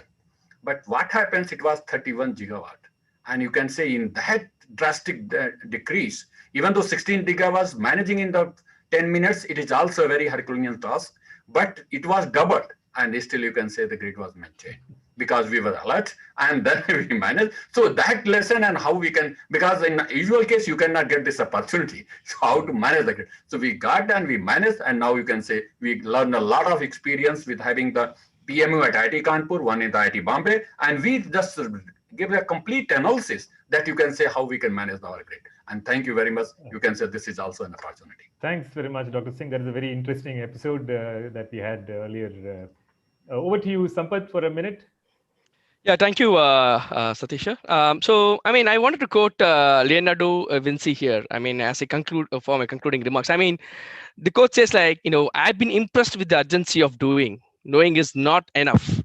We must apply. Being willing is not enough. We must do. I think it's clearly reflect the pandemic. It's very relevant right now. It's time for us to act, right? I mean, there are great opportunities. We are finding, novel intersection of this amazing avenues where we could innovate and engage our student and IEEE members, right? So it's time to synergize our strength and act together at grassroots level to amplify the impact for social good. With that said, I want to also call out that the need of the hour is to collectively think globally and implement localized strategy. I mean, that is the best way we can serve our volunteers and make sure they can, benefit from these amazing programs and the amazing leaders who we have across the board, right? So look forward to support Kerala as well as in Region 10. We have Deepak sir, all of you are in the call. So pretty excited to be here. And with that said, I'd like to congratulate Satish sir as well as Sharda ma'am for inviting me to this panel. I truly enjoyed interacting with you all today. So thank you. Thanks very much, Sampath, for those very passionate kind of statement. We look forward to continue to work with you on HAC and site. And now we move on to Dr. Sukumar. Yeah, so this is, I think, definitely exciting times. So I just wanted to echo some of the feelings other presenters had before with respect to the post-pandemic situation. One key part which I wanted to mention on top of trying to be global, there are two main lessons learned out of this. One, the purpose for what we are doing is more and more clear because of this pandemic now. We used to do things before. Now there is a real need or real purpose for everything what is being emphasized and been done. So that's one thing which got a big lesson for us because of the pandemic. The second part, I just wanted to mention that there is now more so there is a need to go across boundaries and across societies. So IEEE, there are different societies divided into different society. Now I think it's an opportunity for us to think as one whole IEEE, as together, working together, crossing beyond boundaries and beyond societies. And that I think is so you can see the healthcare, the energy sector, the need for the societal need, the humanitarian need, all are coming together now, and you can see that very clearly. So I think this is an opportunity for us to work together and work closely, and we have actually seen that how we can work closely virtually. And on the last note, I just wanted to thank IEEE Kerala Session, everybody in the IEEE Kerala Session who invited me, and their outstanding work that you're doing, and also the Region 10 leadership. Everybody, thank you so much. Thanks so much, Dr. Sukumar. I think both points are very valid, especially the last one. We have to come out of our silos and think collectively to advance our interests. And lastly, we move on to Jane for a closing remark. Okay, Satish, nothing much because I think we are almost short of time now. Yes, going forward, I think during the pandemic, we were all looking at providing support on the health sector. Now let's move out of that. And because of the influence of the pandemic, there are many other sectors where the COVID has had impact on. So let us look at all those sectors, education or industrial or MSMEs or all that and provide whatever engineering solutions that as IEEE members we can provide. Let us identify and provide that. Thanks very much, Jane. With this, we come to the end of the panel discussion, and I'd like to thank all the panelists, all the 6 panelists who have kind of crossed or transcended the boundary, the barriers of the time zone, especially 2 of our people from US. Many thanks for taking the time off at very ungodly hours, I can say, to participate here. We have enjoyed your inputs, and this is a very interesting and informative and insightful discussion for all of us. So with that, I would like to thank Kerala Section for this opportunity and to talk about a very interesting and impactful topic. And I would like to close this discussion and hand it back to Dina for the next step. Thank you so much, Satish sir, for moderating this edifying and engaging panel discussion. Thank you to all the panelists, Mr. Deepak Mathur, Dr. S. N. Singh, Dr. Minio Lanat, Mr. Sampath Kumar Viraraghavan, Dr. Sukumar Kamaladasan, and Mr. Jay Krishnan for joining this discussion from different parts of the world, even amidst your very busy schedules. Thank you so much once again to all of you.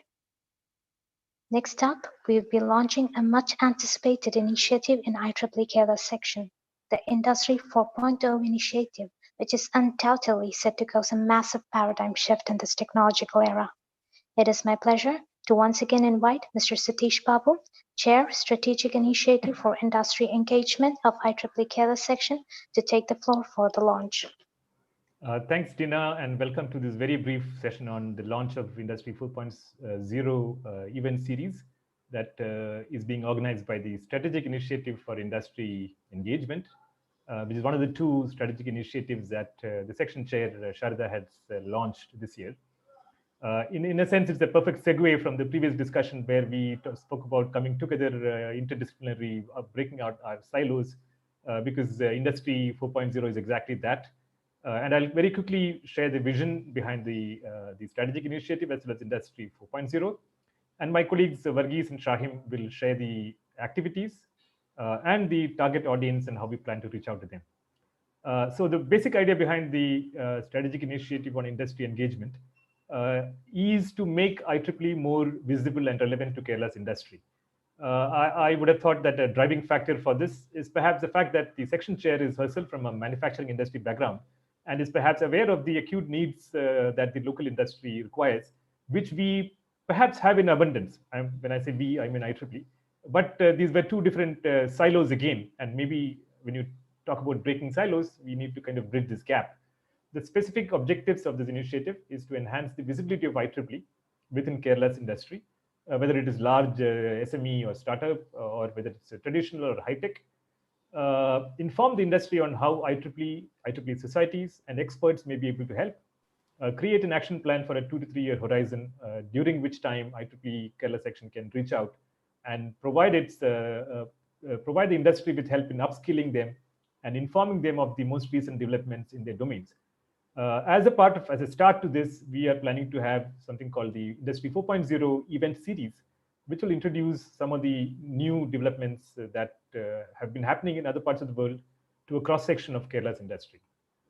And finally, the third objective is to partner with other organizations like Kerala Startup Mission, Government of Kerala, industry associations, in reaching out and perhaps planning programs for the industry. The Industry 4.0 event series, which comes under this strategic initiative, is a joint activity of all the technical society chapters of Kerala Section and will address multiple segments of Kerala's industry, sharing with them the developments in domains like IoT, robotics and automation, AI, ML, blockchain, autonomous vehicles, data science, and even collaborative remote working tools that have now become important in the post-COVID world. We have been looking at some of the documents, including one from UNIDO, which lays out the Industry 4.0 landscape and how we can relate it to Kerala's online, on-the-ground situation. At this point, I'd like to request my colleague, Varghese Cherian, to briefly talk about the initiatives planned under the event series. Over to you, Varghese. Thanks, Satish. Fellow IEEEans, like Satish mentioned, we had, based on the UNIDO reports, decided that Industry 4.0 is going to be our focus area. Am I audible? Yes. Okay. Once we decided this, naturally, the next step was to decide the areas that we needed to focus on. And the primary reason, like Satish mentioned, was that Industry 4.0 is such a big and broad topic that it would be impossible for one team to essentially focus on all the areas. That is when we decided to look at how each of the technical societies could play a large part in the grand scheme of Industry 4.2. So as part of this thought, we decided to bring together all the societies under one umbrella as part of the Industry 4.0 initiative. And for the first time in the history of the Kerala section, we brought together the chairs of the Kerala section technical societies to discuss this initiative and to take concrete steps on how to move forward on this initiative. Now, the first intent was for all the chairs to understand the context and to determine the outcomes that we would like to drive towards. The second intent that we had was to understand the industrial clusters that we should focus on.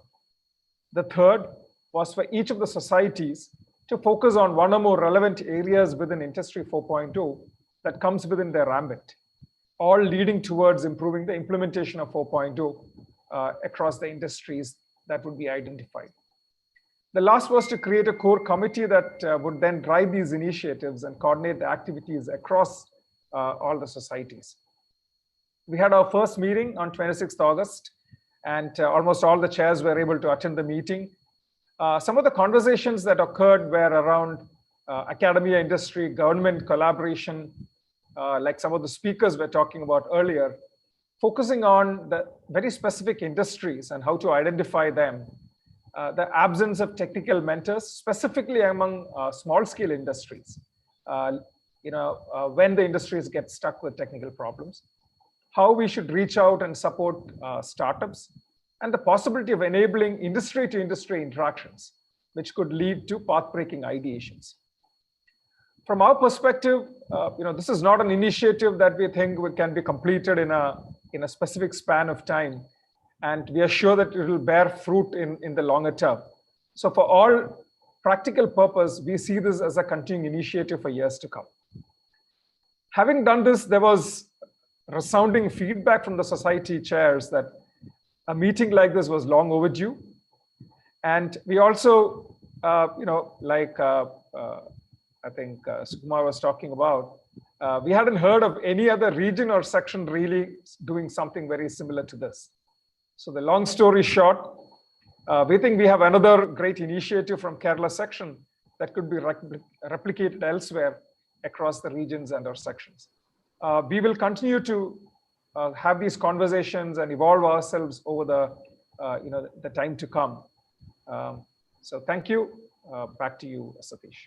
Thanks, Varghese. I now request my colleague Shahim to talk to us about the target groups that we are targeting under this initiative and how we plan to reach out to them. Over to you, Shahim. So thank you, sir. The last few years have seen an increase in the number of industries starting up in Kerala. Also, the specific situations that came up in 2020, including the COVID-19 and the government policies that restricts imports and promotes Make in India. Make in India have made many industries to think about indigenous production of commodities that are usually being imported from other countries. At this point, the main concern of the industries is how to make the production process more cost efficient without compromising on the quality. In fact, Industry 4.0 technologies can be the solution. But during our interactions with many of the industries in Kerala, especially small and medium scale industries, we could understand that majority of the industries are not aware about such technologies which are even currently readily available in the market and what are the future possibilities. The fact is that there are many R&D centers and other technological institutions in Kerala which itself makes such solutions and provide to organizations inside and outside India. So we felt that IEEE Kerala section can become a nodal agency to provide awareness as well as technical support to such industries.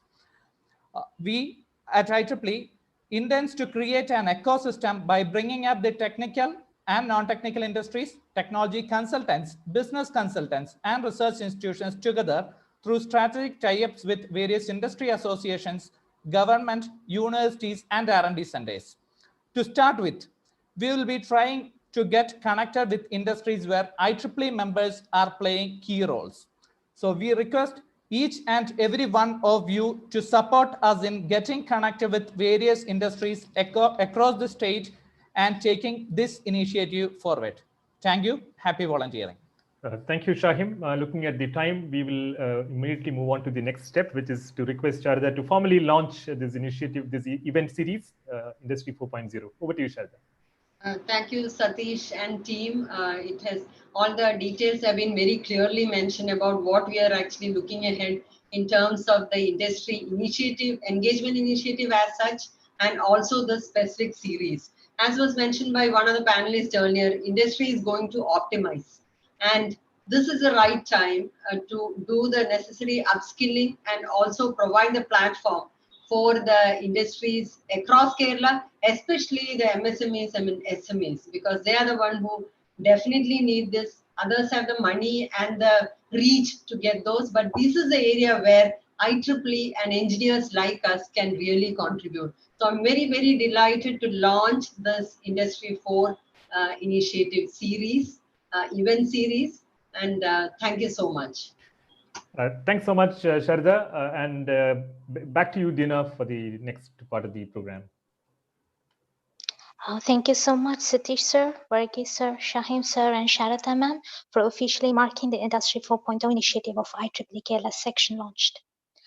I feel privileged to extend my warm welcome to Professor V.K. Damodaran, past chair and chair consultant network of IEEE Kerala Section and a cardinal senior member of the IEEE fraternity, to give felicitations.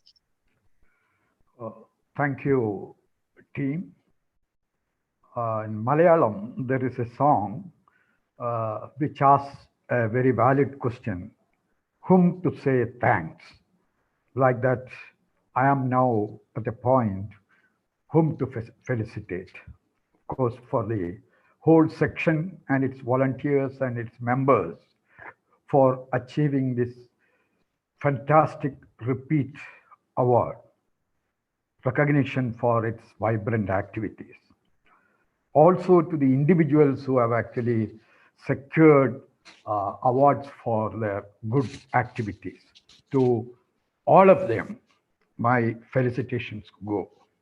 But at the same time, at this moment, when we are having such a joyous celebration of a wonderful event that has been organized, let me just look back.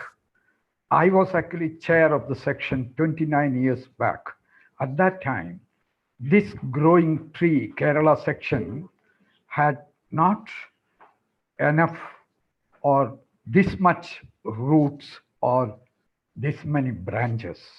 But now it has a salubrious canopy and very strong and deep, rich roots. I think section is on the path of further growth, which will bring in more fuss and more credits. And at this moment, let me also look at the start of Kerala section, way back in end of 70s, when KPP Nambiar actually brought IEEE section activities as a subsection first and later as section to Kerala. Before that, Keralites might have been members of IEEE or the then pattern. But these activities actually started with Nambiar actually firing a double barrel gun. He started an industrial setup which was unprecedented in the country and definitely not at all heard of in the state, the Keltron, and which was actually a distributed industry setup and which had also a link with research. He established simultaneously the then Electronic Research and Development Center, ERNDC, now called SIDA. And so this link with the academia and industry was actually established, or rather put as a nutrient to this small tree that he planted in Kerala. And now we do have a real, what I should say, demonstrable results in not only in Kerala, but for the other sections and other volunteers of IEEE elsewhere. We have actually many activity models to show as one of the options. This is something great, and that probably has been the combined result of teamwork that has gone on for few decades.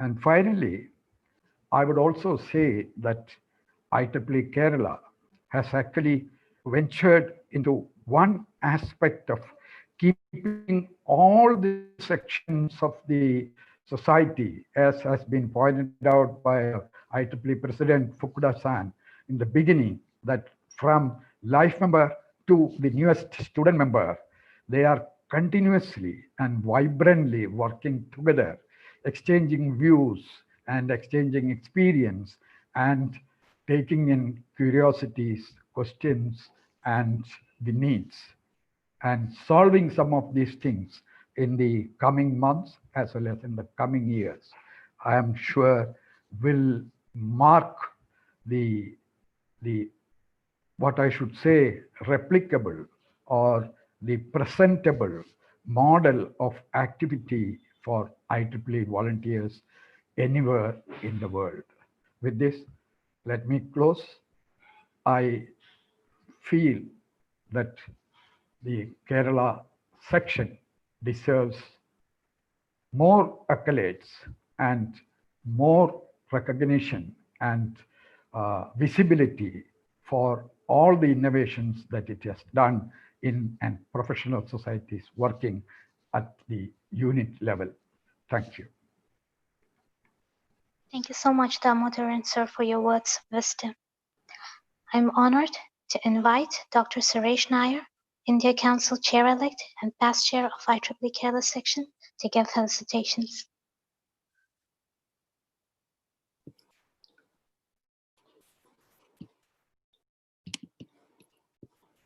Yeah.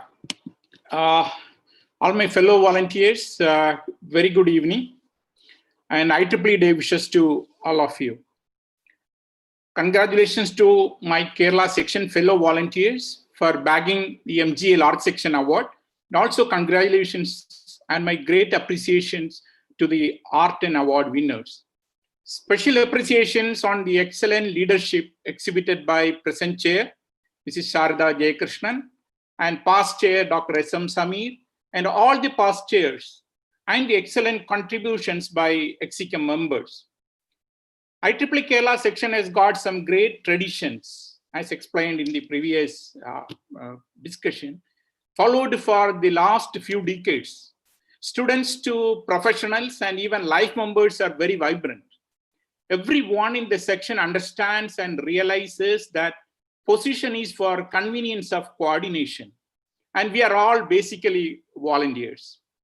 Our EXICAMs are regularly attended by past chairs, and they are all active participants in sections activities.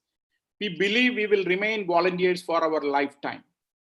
I remember the volunteerism going to peaks when we executed physical projects like Essentia, many humanitarian projects, flood relief activities. Then last year, TENCON 2019, to name a few from my side. My humble advice to the youngsters is always to think big and think differently. Unless we think big and set targets, we will not really progress further in our endeavors. Probably the culture in professional industry from where I come from influenced me in IEEE activities. Industries understand that the organic growth will be at a specific pace, and always we look for inorganic growths also. Examples I remember are even annual general meetings have gone grand now. Started counting number of events so that you get a target, you set a target, and then I try to achieve that. I think we reached almost 3 events per day. And our level of the events have gone very big, like 10Con 2019. And public awareness brought in through public awards, like in the name of our Kerala section founder, Dr. KPP Nambiar. And these are all presented to renowned personalities every year, and the tradition continues. So the secret sauce for success is we at Kerala section live in professional harmony. Even our section office is named aptly as Harmony, the last letters being IEEE. I strongly believe the next generation is also geared up to follow the tradition and take the legacies forward. And on my personal note, as you all know, next year in 2021, I'm going to take another level of volunteer position as chair of India Council. Here also, I'm glad to state that my seniors like Deepakji, SN Singhji, Shivaji Chakrabarti and all, they have already set high standards, brought in great coordination among all the sections in India. That is a great achievement. I assure you, I shall be trying my best to lead India Council to greater heights with the support of each one of you. Plan to focus on bringing recognition to IEEE in Government of India committees, which make the technology-based policy decisions. To conclude, I enjoy every bit of volunteering. I take this opportunity to salute my fellow volunteers at IEEE Kerala section for their efforts put in. Thank you and stay safe. Over to Dina. Thank you so much, Suresh sir, for your warm wishes and kind words. I am elated to invite Professor Shabrinath J. Pillai, Vice Chair of IEEE Kerala section, and Shailesh S., Student Representative of IEEE Kerala section, to expound on the student activities in IEEE Kerala section. Thank you, Dina, and good day, ladies and gentlemen, once again. Well, as mentioned earlier, it is the true blend of light senior members like Vikiri sir, passing down wisdom through senior members like Suresh sir, Samir sir, Satish sir, and others, to middle-level leaders and the foot soldiers, the young professionals and students that makes Kerala a true success. Having said that, the student activities has always been of prime importance to IEEE Kerala section. Right from the first branch councillor of College of Engineering Trivandrum, Dr. Gaumadi Madam, who later got elevated as the R10 SAC from Kerala, through veteran leaders like Gopakumar sir, till the current student activities chair Nandan, through their eminent leadership, have consistently mentored Kerala section's students to make it to the next level. A paradigm shift in student activities came about in 2005, to be precise on the 5th of May 2005, with the then president, Mr. Cleon Anderson, inaugurating an innovative concept, our own Gopakumar sir's brainchild, a network of IEEE student branches in Kerala, today known as the Local Integrated Network of IEEE student branches in Kerala, LINK. Now, this idea was later adopted at R10 as the Global Integrated Network of IEEE. So what was just 5 student branches in 2005 has now come up to the level of 103 student branches, with 85 of them participating still very actively. Today, working as a hub and spoke model, bringing about an average of 3 events daily, even as we speak right now. The link was also responsible in helping Kerala during the recent floods in 2018, which Samir sir has quite elaborated in his speech. It is to be noted that the middle-level managers and leaders of Kerala section, including myself, started off as a student here in Kerala, and there are still many young professionals who are continuously working day and night, even at the background of this Zoom meeting, to make sure that everything works perfectly beautiful. It is a privilege to every student member of Kerala section to be given an opportunity to speak at this August audience. I'd request Sailesh, the current student representative to Kerala section, to take over the floor and present to the audience the link of Kerala. Sailesh, the floor is all yours. Hello. Yes, Sailesh, you're good to go. So thank you, sir, for that introduction that you gave. So it's I'm very thankful to all for giving this opportunity to present a brief overview of our student activities in Kerala section. Let me start by giving a brief overview of how student activities operates in Kerala section. We have a student activities board, which consists of our SAB advisor, representatives from societies, industries, academia, young professionals, women in engineering, and membership development committee, along with the student activities chair and 3 vice chairs from the respective hubs. And for coordinating the student activities, we have the link hub team, which sir has already mentioned, comes under the link structure. And from the and after the establishment of IEEE link, the section has seen a huge increase in the number of student members and also in the formation of new student branches. Next slide, please. Some highlights about this year is that now our family is 103 student branches right now, and now we have almost we have more than 5,000 plus student members right now. And the most joyful part of all of this is that we have more than 1,800 plus student branch events completed since January 2020, and that's a count till September 2020. And along with this, we have also completed 146 link hub events as of September 2020.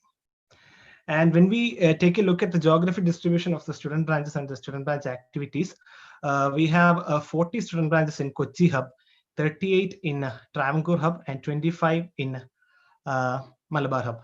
And about the activities, we have 883 activities completed in Kochi hub, 558 student branch activities completed in Malabar hub, and 401 activities completed in Travancore hub. And these are some of the flagship events that we host every year. The premier being All Kerala Students Congress, that is held annually. It's an annual gathering of the student members of IEEE Kerala section, which has a lot of networking sessions, interactive talks, and many team building activities, etc. And we have hub meets for the respective hubs. We have Kochi hub meet, Travancore hub meet, and Malabar hub meet. And every year we conduct IEEE job fair for the job aspirants out there. And last year we had more than 300 plus participation for this IEEE job fair, and more than 40 plus offers were received from this IEEE job fair. And last year we conducted Women in Engineering Summit by combining all the 3 hub week congresses. And it was a huge success, and it was a gathering of all the V student members of IEEE Kerala section with a lot of workshops, interactive sessions for all the V student members out there. And they were able to achieve great empowerment and education through those activities. And we conduct Kerala IEEE Technical Exhibition and Symposium, also known as KITES, which is a purely technical event that focuses on technical aspects of engineering, with many events and workshops. The type of events include paper presentation, project expo, project presentation, ideathons, etc. And this year we launched IEEE Texortium, which is a technical consortium of Kerala IEEE students. And this was scheduled to be held on like April, but due to the pandemic, we were not able to host this event offline. And most of the pre-events were held at a student branch level. And for celebrating the National Science Day, we host a week-long celebration through different activities at the student branch level. And as part of the International Women's Day celebration, we host V-Week celebrations through different activities at various student branch and affinity groups. And in order to encourage and increase the culture of reading the IEEE Spectrum magazine, we conduct a monthly quiz on IEEE Spectrum, which is known as IEEE Spectrum War. And this is held every we host one edition at least every month, and the winners of each edition will compete together for a grand prize at the end of the year. Next slide, please. These are some of the images from the past events. Back then, everything was so normal. Next slide, please. Yeah. These are some of the initiatives and activities that we are conducting right now, and we have already conducted in the past. So, student branch cluster competitions was the new initiative that was that we hosted this year. The idea was to group together 4 to 5 student branches together and form a cluster, and these clusters compete with each other for in different competitions. The grouping was done in a manner that some dormant student branches along with some active student branches were grouped together with the intention that. Shabari here. I would request you to please step on it. We're short on time. Yeah, sir. Yeah, and for increasing the membership and activities of dormant student branches and increase the energy of the active student volunteers. Next slide, please. And we host leadership building activities every year, including IEEE F2F, where it's a platform for student volunteers, student branch leaders from all the colleges to interact with the section's leadership team, Exicom trainings for the student branch office bearers, and we host multiple branch council congress every year. And we also have conducted ideathons and hackathons, including sanitization challenge, an innovation challenge on healthcare domain, Hackochi, which was a hackathon on Python and machine learning, and Hackochi 2.0, which was a 24-hour long hackathon exclusive for women members of the IEEE Kerala section, which was done in association with Kerala Startup Mission and prominent startups in Kerala. Next slide, please. We also launched our also known as Outreach for Resource and Engineering last year. It's a technical community under IEEE Kerala section, aimed for bringing the best technical content out there for the student members. We have been hosting multiple hackathons, skill development boot camps, workshops, coding contests, etc. And this year we launched our mentorship program with 500 plus student members, 60 plus mentors, and 20 plus courses. All of this for free. And we have been associating with student branches of our Kerala section for the betterment of their activities, and we are supporting them with the resource person, judges, and promotion of their events through our social media channels. And about the VA activities, we conducted V Colloquium, which was a panel discussion on the 9 pillars of Industry 4.0. Venus, which was completed as part of the International Women's Day celebration. Vocalize, which gives a platform for the student V members of our section to talk about different topics and technologies that they can share. And We Learn, which was a skill development bootcamp exclusively for the female members of our section. And apart from that, our section student activities is on a good move, and our student branches are receiving awards from MGA, Region 10, India Council, and Kerala section. Thank you. Thank you. The Student Activities Committee of IEEE Kerala Section has been a vibrant community that has initiated and executed novel and innovative events. Thank you so much, Shabrinath sir and Shailesh, for giving an engaging overview of our student activities. Next, I would like to humbly invite Professor Gilesh MP, Secretary of IEEE Kerala Section, to give the word of thanks. Ladies and gentlemen, good morning, good afternoon, good evening, depending on where you are on the globe. We are come to the close of the culmination of a memorable event in the history of IEEE Kerala Section, and it's my privilege to propose a word of thanks on behalf of the section to all dignitaries who have joined the bridge. Our chief guest, Dr. Toshio Fukuda, the 2020 IEEE President and CEO, has been kind enough to grace this occasion with virtually bestowing the MGA Outstanding Large Section Award on the Kerala section and delivering an enlightening keynote speech.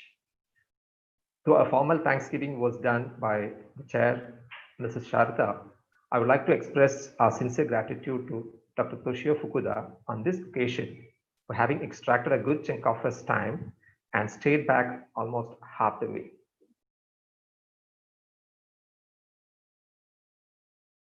I would also like to place on record our sincere gratitude to Dr. Kukjin Chun, Vice President MGA and MGA Board Chair, for his presence and his informative speech on MGA activities, which was very timely.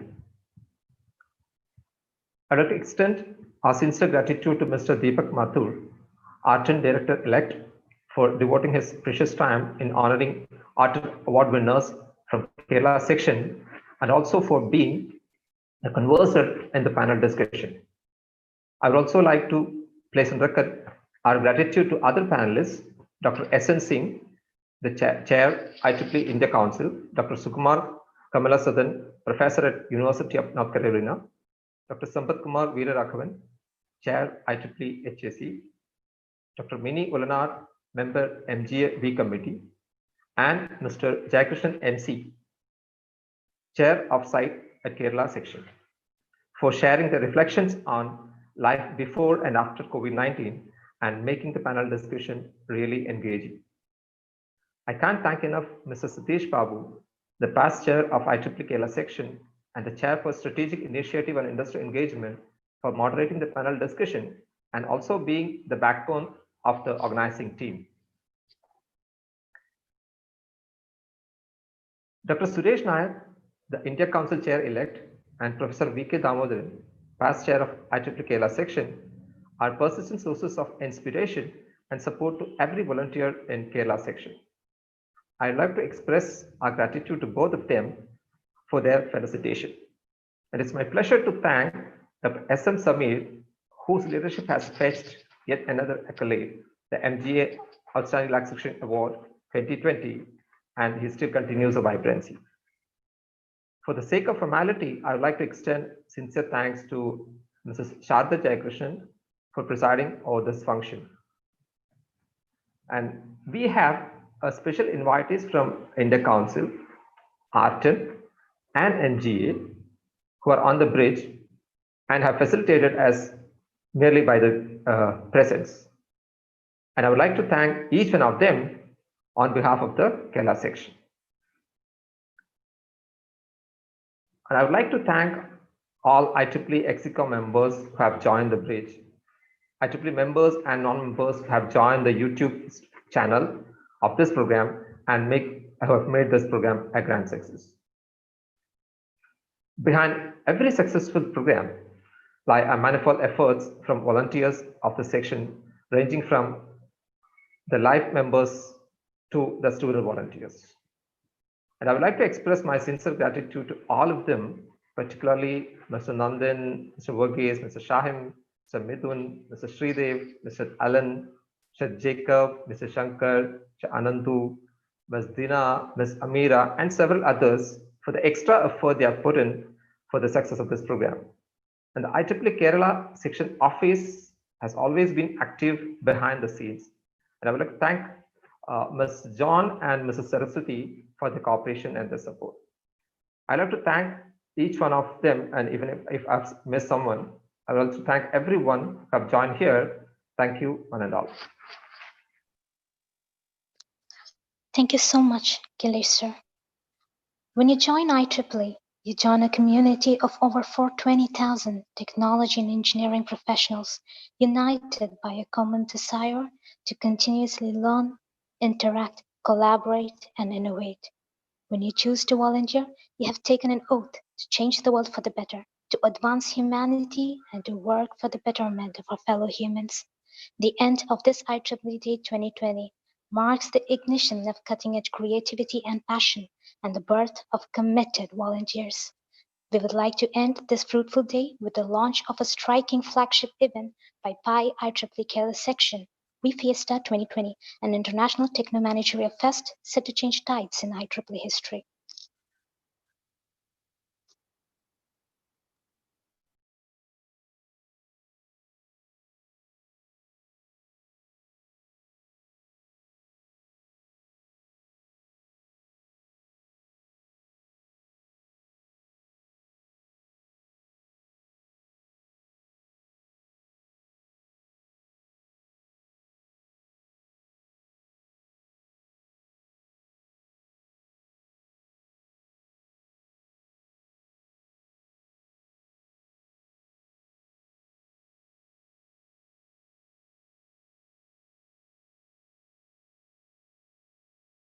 Due to technical inconvenience, the video will take a short while to play. Please hold on for a moment.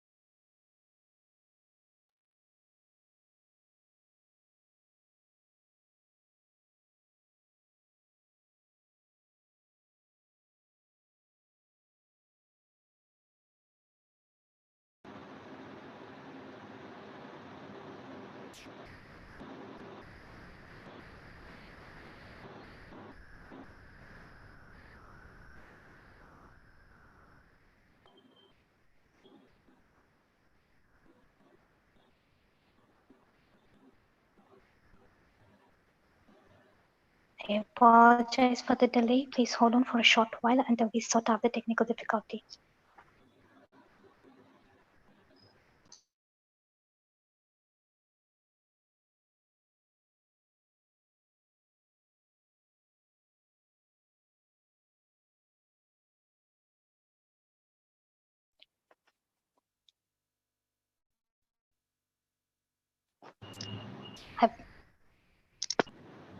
I would like to thank everyone that has been a part of this program for their dynamic efforts and all the honorable dignitaries who have graced this occasion with your esteemed presence. Thank you to all of you for joining us. Before we end, I would like to ask all of you to stay back for a moment so that we will have a photograph session. But right before that, the video for We Fiesta, organized by PI IEEE 2020, is going to be launched.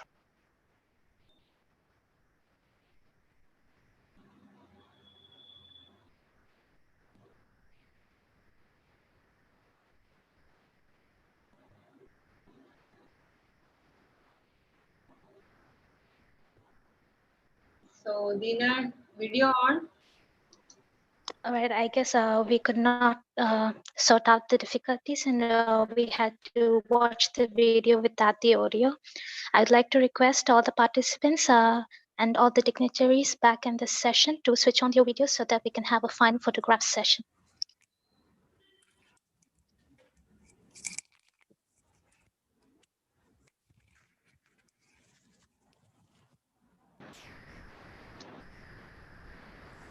So, Takaka-san, I'm not sure if.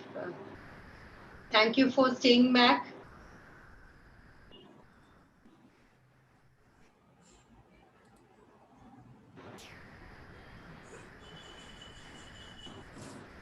Hello, am I audible? Yes. Since we have a small crowd, I can give you a feedback for all. Yeah. Okay. Gilesh sir, you have your background and it's too dark now. It's okay. Anandan sir, we can't see your full face. If you could Sorry for the many. put your mic down, it would be great. I'll exit from one of the connections.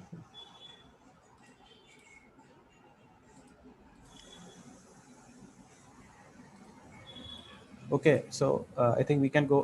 Kutimala ma'am, we can see only your face. You can put your mic down. And Amira, Dina too. Their face is not seen. Aravindan, I think your screen was not proper.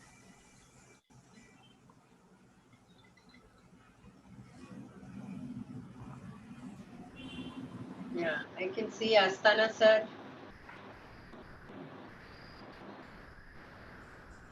So we are all in the screen. Yeah, Deepak sir's video is not on, I think. Deepak ji? Shankar? Deepak sir, your video, I think it's stuck now. Deepak sir, can you hear us?